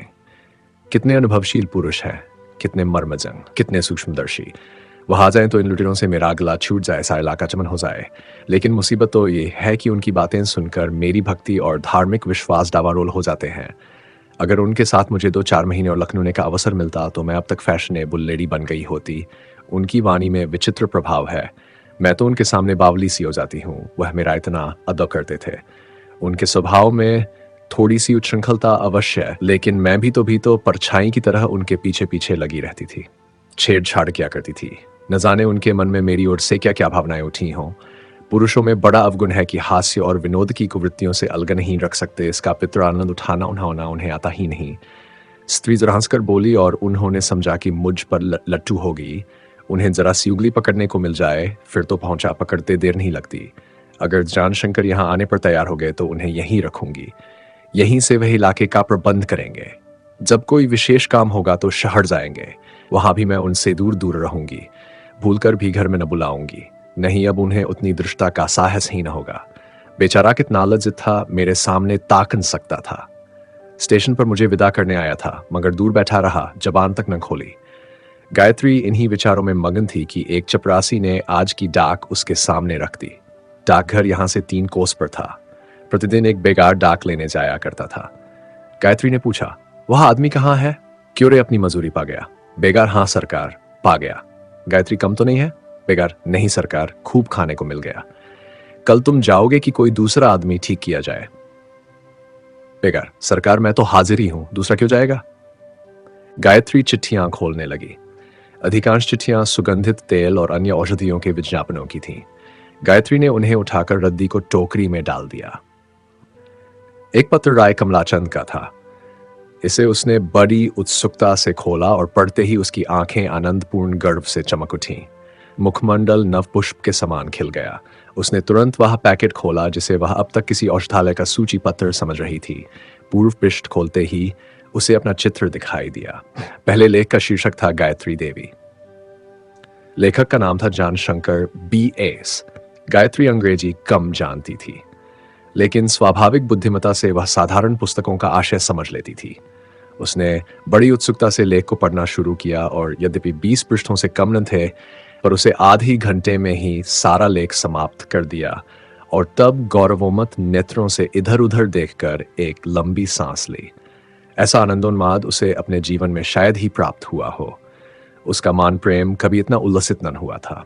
कानशंकर ने गायत्री के चरित्र, उसके सद्गुणों और सत्कार्यों की इतनी कुशलता से उल्लेख किया था कि शक्ति की जगह लेख में ऐतिहासिक गंभीरता का रंग आ गया था।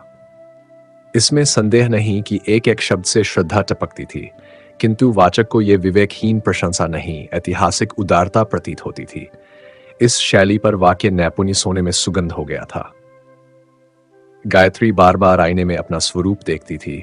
उसके हृदय में एक असीम उत्साह प्रवाहित हो रहा था, मानो वह विमान पर बैठी हुई स्वर्ग को जा रही हो। उसकी धमनियों में रक्त की जगह उच्च भावों का संचार होता हुआ जान पड़ता था। इस समय उसके द्वार पर भिक्षुओं की एक सेना भी होती तो निहाल हो जाती। कानूनगो साहब अगर आ जाते तो 500 के बदले 5000 ले भागते और पंडित लेखराज का तखमीना दूना भी होता तो स्वीकार कर लिया जाता।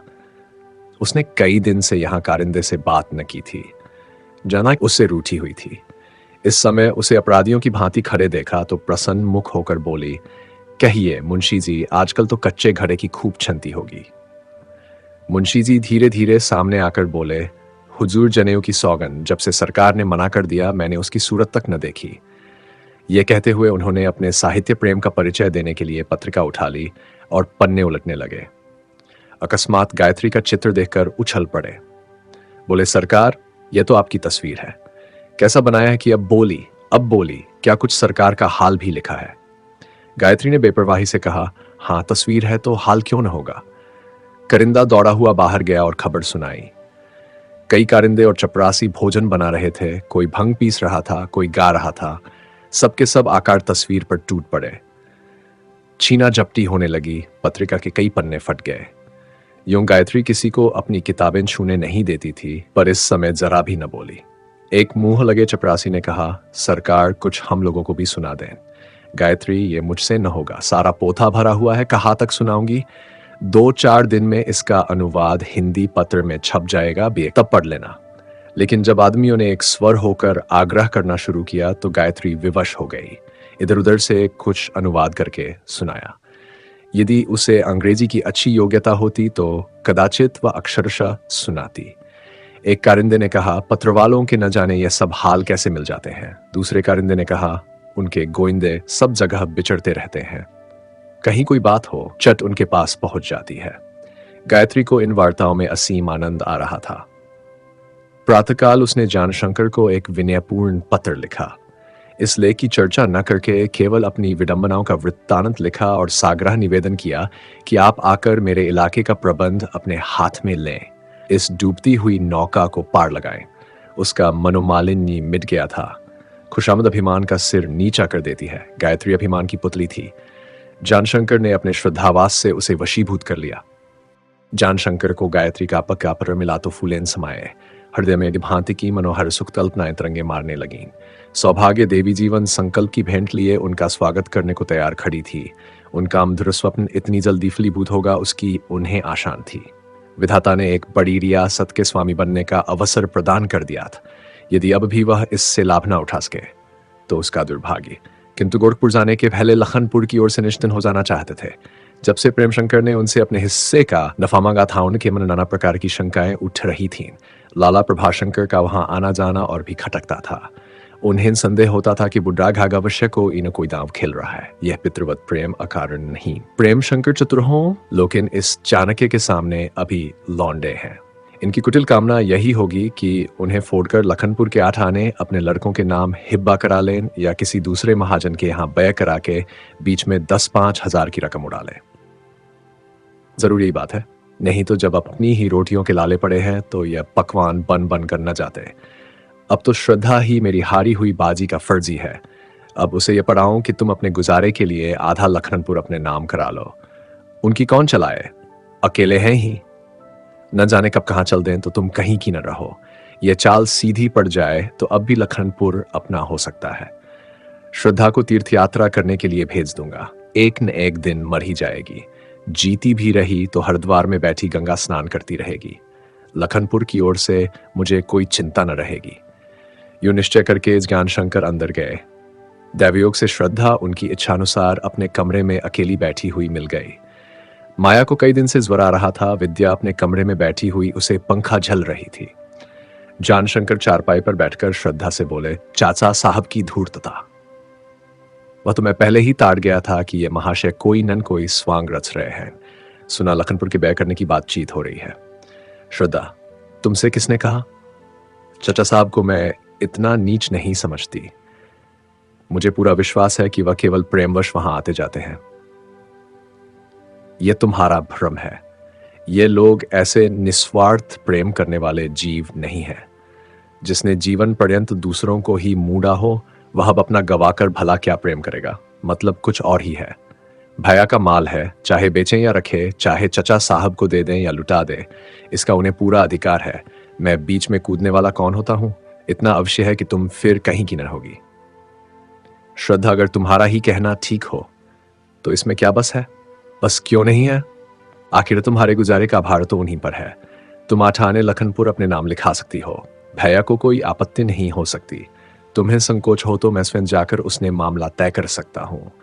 मुझे विश्वास है कि भैया इनकार न करेंगे, और करें तो भी मैं उन्हें कायल कर सकता हूं। जब गावा तुम्हारे नाम हो जाएगा तब उन्हें व्यय करने का अधिकार न रहेगा और चचा साहब की दाल भी न लगेगी। श्रद्धा विचारों में डूब गई। जब उसने कई मिनट तक सिर न उठाया तब ज्ञान शंकर ने पूछा, क्या सोचती हो? इसमें कोई हर्ज है? जायदाद नष्ट हो जाए वह अच्छा है या घर में बनी रहे? वह अच्छा है। अब श्रद्धा ने सिर उठाया और गौरवपूर्ण भाव से बोली, मैं ऐसा नहीं कर सकती। उनकी जो इच्छा हो वह करें, चाहे अपना हिस्सा बेच दें या रखें। वह स्वयं बुद्धिमान है, जो उचित समझेंगे वह करेंगे। मैं उनके पांव में बेड़ी क्यों डालूं? जानशंकर ने रुष्ट होकर उत्तर दिया, लेकिन यह सोचा है कि जायदाद निकल गई तो तुम्हारा निर्वाह क्यों कर होगा? वह कल ही फिर अमेरिका की राह लें तो। श्रद्धा, मेरी कुछ चिंता न करो। वह मेरे स्वामी हैं, जो कुछ करेंगे उसी में मेरी भलाई है। मुझे विश्वास ही नहीं होता कि वह मुझे निर्विलंब छोड़ जाएंगे। जान, तुम्हारी जैसी इच्छा। मैंने ऊंच नीच सुझा दिया। अगर पीछे से कोई बात बने बिगड़े तो मेरे सिर दोष न रखना। जानशंकर बाहर आए। उनका चित्त उद्विग्न हो रहा था।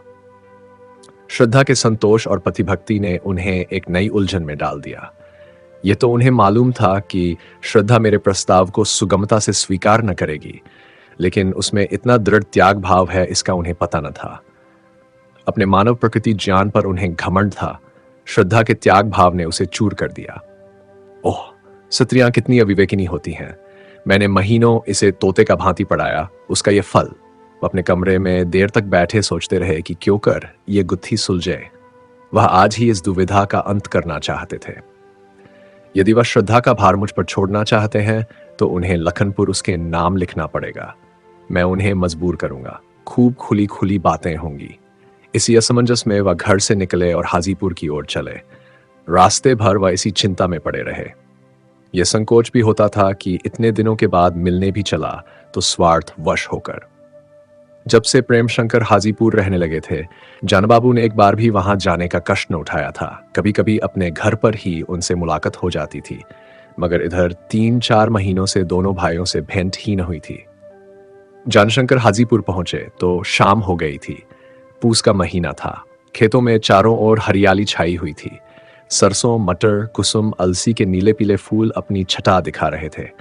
कहीं चंचल तोतों के झुंड थे, कहीं उचक्के कौव के गोल। जगह जगह पर सारस के जोड़े अहिंसापूर्ण विचार में मगन खड़े थे। युवतियां सिरों पर घड़े रखे नदी से पानी ला रही थीं, कोई खेत में बथुआ का साग तोड़ रही थी, कोई बैलों को खिलाने के लिए हरियाली का गट्ठा सिर पर रखे चली आती थी।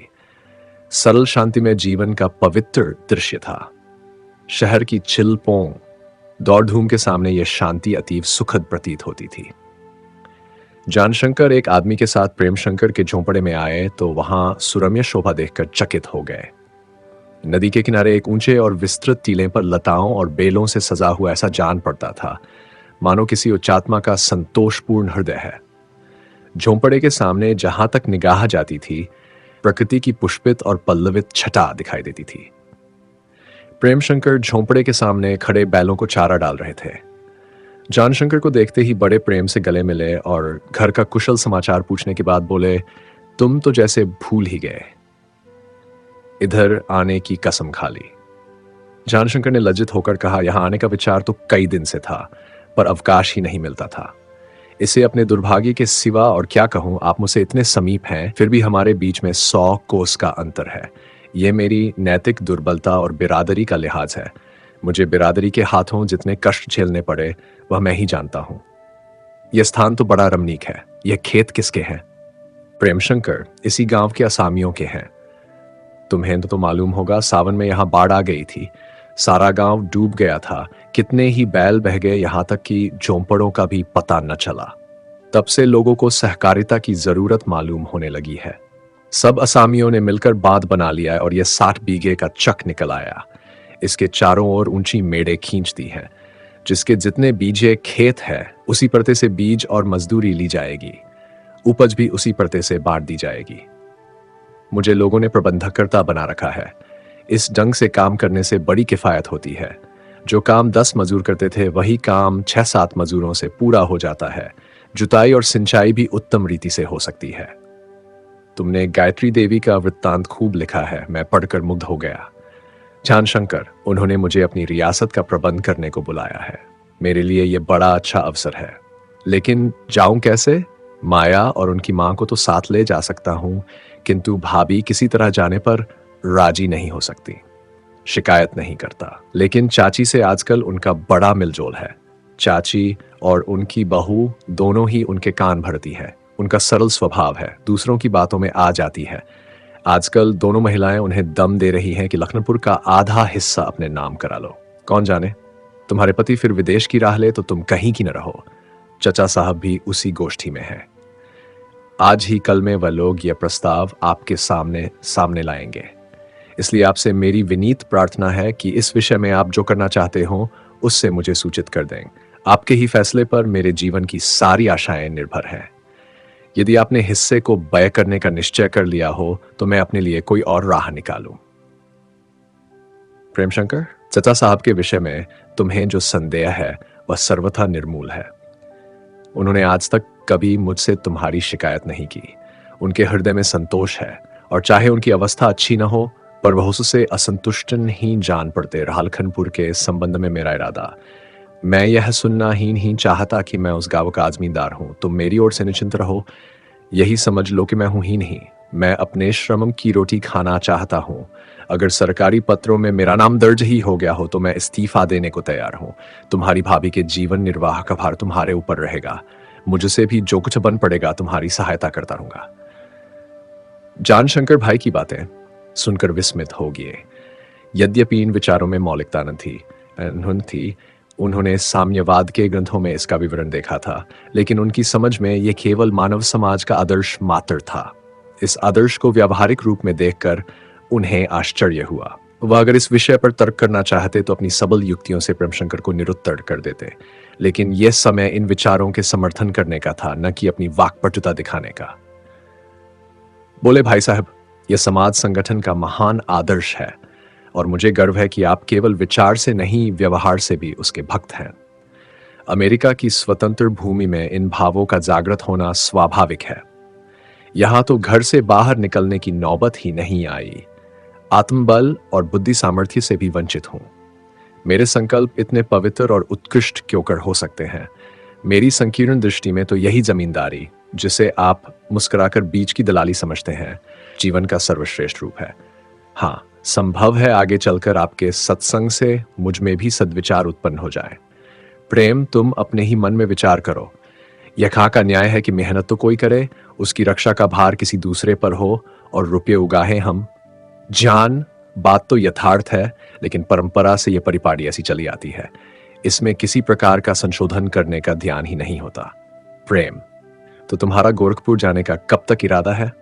ज्ञान, पहले आप मुझे इसका पूरा विश्वास दिला दें कि लखनपुर के संबंध में आपने जो कहा है वह निश्चयात्मक है।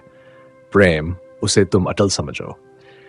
मैंने तुमसे एक बार अपने हिस्से का मुनाफा मांगा था। उस समय मेरे विचार पक्के न थे। मेरा हाथ भी तंग था। उस पर मैं बहुत लज्जित हूं। ईश्वर ने चाहा तो अब तुम मुझे इस प्रतिज्ञा पर दृढ़ पाओगे। ठान, तो होली तक गोरखपुर चला जाऊंगा। कोई हर्ज न हो तो आप भी घर चले। माया आपको बहुत पूछा करता है। प्रेम, आज तो अवकाश नहीं, फिर कभी आऊंगा। जानशंकर यहां से चले तो उनका चित्त बहुत प्रसन्न था। बहुत दिनों के बाद मेरे मन की अभिलाषा पूरी हुई। अब मैं पूरे लखनपुर का स्वामी हूं। यहां अब कोई मेरा हाथ पकड़ने वाला नहीं। जो चाहूं निर्विघ्न कर सकता हूं। भैया के वचन पक्के हैं। अब वह कदापि दुलक नहीं सकते। वह इस्तीफा लिख देते तो बात और पक्की हो जाती, लेकिन इस पर जोर देने से मेरी क्षुद्रता प्रकट होगी। अभी इतना ही बहुत है, आगे चलकर देखा जाएगा। जानशंकर लगभग 2 वर्ष से लखनपुर पर इजाफा लगान करने का इरादा कर रहे थे, किंतु हमेशा उनके सामने एक न एक बाधा आ खड़ी होती थी। कुछ दिन तो अपने चचा से अलग होने में लगे। जब उधर से बेफिक्र हुए तो लखनऊ जाना पड़ा। इधर प्रेमशंकर के आ जाने से एक नई समस्या उपस्थित हो गई। इतने दिनों के बाद अब उन्हें मनोनीत सुअवसर हाथ लगा। कागज पत्र पहले से ही तैयार थे। नालिशों के दायर होने में विलंब न हुआ। लखनपुर के लोग मुचलके के कारण बिगड़े हुए थे ही। यह नई विपत्ति सिर पर पड़ी तो और जल्ला उठे। मुचलके की मियाद इसी महीने से समाप्त होने वाली थी। वह स्वच्छंदता से जवाबदेही कर सकते थे। सारे गांव में एका हो गया। आग सी लग गई। बूढ़े कादिर खां भी, जो अपनी सहिष्णुता के लिए बदनाम थे, धीरता से काम न ले सके। भरी हुई पंचायत में जो जमींदारी का विरोध करने के उद्देश्य से बैठी थी, बोले, इसी धरती पर सब कुछ होता है और सब कुछ इसी में समा जाता है। हम भी इसी धरती पर पैदा हुए हैं और एक दिन इसी में समा जाएंगे। फिर ये चोट क्यों सहे? धरती के लिए छत्रधारियों के सिर गिर जाते हैं, हम भी अपना सिर गिरा देंगे। इस काम में सहायता करना गांव के सब प्राणियों का धर्म है, जिससे से जो कुछ हो सके दे। सब लोगों ने एक स्वर से कहा, हम सब तुम्हारे साथ हैं। जिस रास्ते कहोगे चलेंगे और इस धरती पर अपना सर्वस्व न्यौछावर कर देंगे। निस्संदेह गांव वालों को मालूम था कि जमींदार को इजाफा करने का पूरा अधिकार है, लेकिन वह यह भी जानते थे यह अधिकार उसी दशा में होता है जब जमींदार अपने प्रयत्न से भूमि की उत्पादक शक्ति बढ़ा दे। इस निर्मूल इजाफे को सभी अनर्थ समझते थे। जानशंकर ने गांव में यह एका देखा तो चौंके, लेकिन कुछ तो अपने दबाव और कुछ हाकिम परगना मिस्टर ज्वाला सिंह के सहवासी होने के कारण उन्हें अपनी सफलता में विशेष संशय था। लेकिन जब दावे की सुनवाई हो चुकने के बाद जवाबदेही शुरू हुई तो उन शंकर को विदित हुआ कि मैं अपनी सफलता को जितना सुलभ समझता था उससे ही अधिक कष्ट साध्य है। ज्वाला सिंह भी कभी ऐसे प्रश्न कर बैठते और आसामियों के प्रति असाध्या भाव प्रकट करते कि उनकी अभिरुचि का साफ पता चल जाता था। दिनों दिन अवस्था जान शंकर के विपरीत होती जाती थी। वह स्वयं तोक चेहरीन जाते, लेकिन प्रतिदिन का विवरण बड़े ध्यान से सुनते थे। ज्वाला सिंह पर दांत पीस कर रह जाते थे। ये महापुरुष मेरे सहपाठियों में है। हम ये बरसों तक साथ खेले हैं। हंसी दिल लगी, धौल धप्पा से भी कुछ होता था। आज जो जरा अधिकार मिल गया तो ऐसे तोते की भांति आंखें फेर ली मानो कभी का परिचयहीन ही है। अंत में जब उन्होंने देखा कि अब यत्न किया तो काम बिगड़ जाएगा, तब उन्होंने एक दिन ज्वाला सिंह से मिलने का निश्चय किया। कौन जाने मुझ पर रोजमाने के लिए ही यह हजाल फैला रहे हों। यद्यपि यह जानते थे कि ज्वाला सिंह किस्मों की जांच की अवधि में वादियों से बहुत कम मिलते तथा विस्वार्थपरता की धुन में उन्हें इसका भी ध्यान रहा। संध्या समय उनके बंगले पर जा पहुंचे। ज्वाला सिंह को इन दिनों सितार का शौक हुआ था। उन्हें अपनी शिक्षा में यह विशेष त्रुटि जान पड़ती थी। एक गत बजाने की बार बार चेष्टा करते, पर तारों का स्वर न मिलता था। कभी ये कील घुमाते, कभी वह कील ढीली करते कि जानशंकर ने कमरे में प्रवेश किया। ज्वाला सिंह ने सितार रख दिया और उनसे गले मिलकर बोले, आइए जान, आइए। कई दिनों से आपकी याद आ रही थी। आजकल तो आपका लिटरेरी उमंग बढ़ा हुआ है। मैंने गायत्री देवी पर आपका लेख देखा। बस यही जी चाहता था, आपकी कलम चूम लूं। यहां सारी कचहरी में उसी की चर्चा है। ऐसा ओज, ऐसा प्रसाद गुण, इतनी प्रतिभा, इतना प्रवाह बहुत कम किसी लेख में दिखाई देता है। कल मैं साहब बहादुर से मिलने गया था। उनकी मेज पर वही पत्रिका पड़ी थी। जाते ही जाते उसी लेख की चर्चा छेड़ दी। वे लोग बड़े गुणग्राही होते हैं। ये कहां से ऐसे चुने हुए शब्द और मुहावरे लाकर रख देते हैं, मानो किसी ने सुंदर फूलों का गुलदस्ता सजा दिया हो। ज्वाला सिंह की प्रशंसा उस रईस की प्रशंसा थी जो अपने कलावंत के मधुर गान पर मुग्ध हो गया हो। जानशंकर ने स्कुचाते हुए पूछा, साहब क्या कहते थे? ज्वाला पहले तो पूछने लगे, यह है कौन आदमी? जब मैंने कहा यह मेरे सहपाठी और साथ के खिलाड़ी हैं, तब उसे और भी दिलचस्पी हुई। पूछे क्या करते हैं, कहाँ रहते हैं? मेरी समझ में देहातों के बैंकों के संबंध में आपने जो रिमार्क किए हैं उनका उन पर बड़ा असर हुआ। छान भाईजान, आपसे क्या छिपाएं? वह टुकड़ा मैंने एक अंग्रेजी पत्रिका से कुछ कांट छांट कर नकल कर लिया था। कम से कम ये विचार मेरे न थे। ज्वाला आपको हवाला देना चाहिए था। जान, विचारों पर किसी का अधिकार नहीं होता। शब्द तो अधिकांश मेरे ही थे। गायत्री देवी तो बहुत प्रसन्न हुई होंगी। कुछ वरदान देंगी या नहीं? जान, उनका एक पत्र आया है। अपने इलाके का प्रबंध मेरे हाथों में देना चाहती है। ज्वाला वाह, क्या कहने। वेतन भी 500 रुपए से कम न होगा। जान, वेतन का तो जिक्र न था, शायद इतना दे सके। ज्वाला भैया, अगर वहां 300 रुपए भी मिले तो आप हम लोगों से अच्छे रहेंगे। खूब सैर सपाटे कीजिए, मोटर दौड़ाते फिरिए, और काम ही क्या है। हम लोगों की भांति कागज का पुलिंदा तो सिर पर लादकर न लाना पड़ेगा। वहां कब तक जाने का विचार है? जान, जाने को तो मैं तैयार हूं, लेकिन जब आप गला छोड़े। ज्वाला सिंह ने बात काटकर कहा, फैमिली को भी साथ ले जाएगा ना? अवश्य ले जाए। मैंने भी 1 सप्ताह हुए स्त्री को बुला लिया है। इस उजड़ में भूत की तरह अकेला पड़ा रहता था। छान, अच्छा तो भाभी आ गई, बड़ा आनंद रहेगा। कॉलेज में तो आप पर्दे के बड़े विरोधी थे। वाला अब भी हूं, पर विपत्ति यह है कि अन्य पुरुष के सामने आते हुए उनके प्राण निकल से जाते हैं। अर्दली और नौकर से निसंकोच बातें करती हैं, लेकिन मेरे मित्रों की परछाई से भी भागती है। खींच खांच के लाऊं भी तो सिर झुकाकर अपराधियों की भांति खड़ी रहेंगी। जान, अरे तो मेरी गिनती उन्हीं मित्रों में है। ज्वाला अभी तो आपसे भी झिझकेंगी। हाँ, आपसे 2-4 बार मुलाकात हो, आपके घर की स्त्रियां भी आने लगे तो संभव है संकोच न रहे। क्यों न मिसेज जानशंकर को यहां भेज दीजिए। गाड़ी भेज दूंगा। आपकी वाइफ को तो कोई आपत्ति न होगी? जान, जी नहीं, वह बड़े शौक से आएंगी। जानशंकर को अपने मुकदमे के संबंध में और कुछ कहने का अवसर न मिला, लेकिन वहां से चले तो बहुत खुश थे। स्त्रियों के मेल जोल से इन महाशय की नखेल मेरे हाथों में आ जाएगी। जिस कल को चाहूं घुमा सकता हूं। उन्हें अब अपनी सफलता पर कोई संशय न रहा। लेकिन जब घर पर आकर उन्होंने विद्या से यह चर्चा की तो वह बोली, मुझे तो वहां जाते जेंप होती है। न कभी की जान पहचान, न रीति, न व्यवहार। मैं वहां जाकर क्या बातें करूंगी? गूंगी बनी बैठी रहूंगी। तुमने मुझसे न पूछा न ताछा वादा कराए।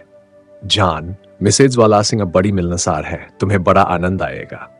विद्या, अच्छा, और मुन्नी को क्या करूंगी? ये वहां रोए चिल्लाए और उन्हें बुरा लगे तो? ज्ञान, महरी को साथ लेते जाना। वह लड़की को बाहर बगीचे में बहलाती रहेगी। विद्या बहुत कहने सुनने के अंत में जाने पर राजी हो गई। प्रातःकाल ज्वाला सिंह की गाड़ी आ गई। विद्या बड़े ठाठ से उनके घर गई। 10 बजते बजते लौटी। जानशंकर ने बड़ी उत्सुकता से पूछा, कैसी मिली? विद्या, बहुत अच्छी तरह। सत्री क्या है, देवी हैं। ऐसी हंसमुख स्नेहमयी स्त्री तो मैंने देखी ही नहीं। छोड़ती ही न थी। बहुत जिद की तो आने दिया। मुझे विदा करने लगी तो उनकी आंखों से आंसू निकलने लगे। मैं भी रो पड़ी। उर्दू, अंग्रेजी सब पढ़ी हुई थी। बड़ा सरल स्वभाव है। महरियों तो तू नहीं कहती। शीलमणि नाम है। जान, कुछ मेरी भी चर्चा हुई। विद्या, हाँ हाँ, हुई क्यों नहीं, कहती थी मेरे बाबूजी के पुराने दोस्त हैं। तुम्हें उस दिन चिक की आड़ से देखा था। तुम्हारी अचकन उन्हें पसंद नहीं। हंसकर बोली, अचकन क्या पहनते हैं? मुसलमानों का पहनावा है। कोट क्यों नहीं पहनते? जानशंकर की आशा उद्दीत हुई, लेकिन जब मुकदमा फिर तारीख पर पेशी हुआ तो ज्वाला सिंह के व्यवहार में जरा भी अंतर न था। बार बार मुद्दई के गवाहों से अविश्वास सूचक प्रश्न करते, मुद्दई के वकील के प्रश्नों पर शंकाएं करते। ज्ञानशंकर ने यह समाचार सुना तो चकित हो गए। ये तो विचित्र आदमी है। इधर भी चलता है, उधर भी मुझे नचाना चाहता है। ये पदपाल चलना सीख गया है। जी में आया, चलकर साफ साफ कह दूं, मित्रों से यह कपट अच्छा नहीं। या तो दुश्मन बन जाओ या दोस्त बने रहो। यह क्या कि मन में कुछ और मुख में कुछ और। इसी असमंजस में एक सप्ताह गुजर गया। दूसरी तारीख निकल आती जाती थी। ज्ञानशंकर का मन बहुत उद्विग्न था। उन्होंने मन में निश्चय कर लिया था कि इन्होंने फिर दोरंगी चाल चली तो अपना मुकदमा किसी दूसरे इजलास में उठा ले जाऊंगा। दबूं क्यों? लेकिन जब दूसरी तारीख को ज्वाला सिंह ने लखनपुर जाकर मौके की जांच करने के लिए फिर तारीख बढ़ा दी तो जानशंकर झुंझला उठे। क्रोध में भरे हुए विद्या से बोले, देखी तुमने इनकी शरारत? अब मौके की जांच करने जा रहे हैं, अब नहीं रहा जाता। जाता हूं, जरा दो दो बातें कराऊं। विद्या, तुम इतना अधीर क्यों हो रहे हो? क्या जाने वह दूसरों को दिखाने के लिए ये स्वांग भर रहे हो। अपनी बदनामी को सभी डरते हैं। जान, तो आखिर कब तक मैं फैसले का इंतजार करता रहूं? यहां बैठे बैठे कई 100 रुपए महीने की हानि हो रही है। जानशंकर ने कभी तक विद्या से गायत्री के अनुरोध की जरा भी चर्चा नहीं की थी। इस समय सहसा मुंह से बात निकल गई। विद्या ने चौंक कर पूछा, हानि कैसी हो रही है? ज्ञानशंकर ने देखा, अब बातें बनाने से काम न चलेगा और फिर कब तक छिपाऊंगा। बोले, मुझे याद आता है, मैंने तुमसे गायत्री देवी के पत्र का जिक्र किया था। उन्होंने मुझे अपनी रियासत का मैनेजर बनाने का प्रस्ताव किया है और जल्द बुलाया है। विद्या, तुमने स्वीकार भी कर लिया? जान, क्यों न करता, क्या कोई हानि थी? विद्या, जब तुम्हें स्वयं इतनी मोटी सी बात भी नहीं सूझती तो मैं और क्या कहूं। भला सोचो तो दुनिया क्या कहेगी। लोग यही समझेंगे कि अबला विधवा है, नातेदार जमा होकर लूट खाते हैं। तुम चाहे कितने ही निष्पीह भाव से काम करो, लेकिन बदनामी से न बच सकोगे। अभी वह तुम्हारी बड़ी साली है, तुमसे कितना प्रेम करती है, तुम्हारा कितना सत्कार करती हैं, कितनी ही बार तुम्हारी चारपाई तक बिछा दी है। इस उच्चासन से गिरकर अब तुम उनके नौकर हो जाओगे और मुझे भी बहन के पद से गिराकर नौकरानी बना दोगे। मान लिया कि वह भी तुम्हारी खातिर करेंगी, लेकिन मृदुभाव कहाँ? लोग तुम्हारी जाबेजा शिकायतें करेंगे। मुलाहिजे के मारे वह तुमसे कुछ कह सकेंगी। मैं तुम्हें नौकरी के विचार से जाने की सलाह न दूंगी। जान, कह चुकी या और कहना है? विद्या, कहने सुनने की बात नहीं है। मुझे तुम्हारा वहां जाना सर्वथा अनुचित जान पड़ता है। जान, अच्छा तो अब मेरी बात सुनो। मुझे वर्तमान और भविष्य की अवस्था का विचार करके यही उचित जान पड़ता है कि इस अस्वर को हाथ से न जाने दूं। जब मैं जी तोड़कर काम करूंगा, 2 की जगह 1 खर्च करूंगा, 1 ही जगह 2 जमा करके दिखाऊंगा, तो गायत्री बावली नहीं है कि अनायास मुझ पर संदेह करने लगे। और फिर मैं केवल नौकरी के इरादे से नहीं जाता। मेरे विचार कुछ और ही हैं। विद्या ने सशंक दृष्टि से जानशंकर को देखकर पूछा, और क्या विचार है? जान, मैं इस समृद्धिपूर्ण रियासत को दूसरे के हाथ में नहीं देखना चाहता। गायत्री के बाद जब उस पर दूसरों का ही अधिकार होगा तो मेरा क्यों न हो। विद्या ने कुतूहल से देखकर कहा, तुम्हारा क्या हक है? जान, मैं अपना हक जमाना चाहता हूं। अब मैं चलता हूं, ज्वाला सिंह से निपटता आऊं। विद्या, उनसे क्या निपटोगे? उन्होंने कोई रिश्वत ली है? जान, तो फिर इतना मित्रभाव क्यों दिखाते हैं? विद्या, ये उनकी सज्जनता है। यह आवश्यक नहीं कि वह आपके मित्र हो तो आपके लिए दूसरों पर अन्याय करे। जान, यही बात मैं उनके मुंह से सुनना चाहता हूं। इसका मुंहतोड़ जवाब मेरे पास है। विद्या, अच्छा तो जाओ, जो जी में आए करो। फिर मुझसे क्यों सलाह लेते हो? जान, तुमसे सलाह नहीं लेता। तुम में इतनी ही बुद्धि होती तो फिर रोना काहे का था? स्त्रियां बड़े बड़े काम कर दिखाती हैं। तुमसे इतना भी न हो सका कि शीलमणि से इस मुकदमे के संबंध में कुछ बातचीत करती। तुम्हारी तो जरा जरा सी बात में मान हानि होने लगती है। विद्या, हाँ, मुझसे यह सब नहीं हो सकता। अपना स्वभाव ही ऐसा नहीं है। जान, क्यों, इसमें क्या हर्ज था? अगर तुम एक बार हंसी हंसी में कह देती कि तुम्हारे बाबूजी हमारी हजारों रुपए साल की क्षति कराए देते हैं, जरा उनको समझा क्यों नहीं देती? विद्या, मुझे ये बातें बनानी नहीं आती, क्या करूं? मैं इस विषय में शीलमणि से कुछ नहीं कह सकती। जान, चाहे दावा खारिज हो जाए। विद्या, चाहे जो कुछ हो। जानशंकर बाहर आए तो सामने एक नई समस्या खड़ी हुई। विद्या को कैसे राजी करूं? मानता हूं कि संबंधियों के यहां नौकरी से कुछ हेठी अवश्य होती है, लेकिन इतनी नहीं कि उसके लिए कोई छिड़कालिंग मंसूबों को मिटा दे। विद्या की बुरी आदत है कि जिस बात पर अड़ जाती है उसे किसी तरह हंसे नहीं छोड़ती। मैं उधर चला साहब से मेरी शिकायत कर दे तो बना बनाया काम बिगड़ जाए। अब यह पहले की सीसर लान ही है। इसमें दिनों दिन आत्मसम्मान की मात्रा बढ़ती जाती है। इसे नाराज करने का अवसर नहीं है इस चिंता में बैठे हुए कि शीलमणि की सवारी आप पहुंची। जानशंकर ने निश्चय स्वयं चलकर उससे अपना समाचार कहूं। अभी तीनों महिलाएं कुशल समाचार ही पूछ रही थीं कि वह कुछ छिजकते हुए ऊपर आए और कमरे के द्वार पर चिलमन के सामने खड़े कर शीलमणि से बोले, भाभी जी को प्रणाम करता हूं। विद्या उनका आशय समझ गई। लज्जा से उसका मुखमंडल अरुण वर्ण हो गया। वह वहां से उठकर जानशंकर को अवहेलनापूर्ण नेत्रों से देखते हुए दूसरे कमरे में चली गई। श्रद्धा मध्यस्थ का काम देने के लिए रह गई। जानशंकर बोले, भाई साहब तो पर्दे के भक्त नहीं है, और जब हम लोगों में इतनी घनिष्ठता हो गई है तो यह हिसाब उठ जाना चाहिए। मुझे आपसे किन्हीं बातें कहनी है। परमात्मा ने आपको शील और विनय के गुणों से विभूषित किया है, इसीलिए मुझे आपसे निज के मामलों में जबान खोलने का साहस हुआ है। मुझे विश्वास है कि आप उसकी अवज्ञा करेंगी। मेरा इजाफा लगान का मुकदमा भाई साहब के इजलास में 2 महीनों से पेश है।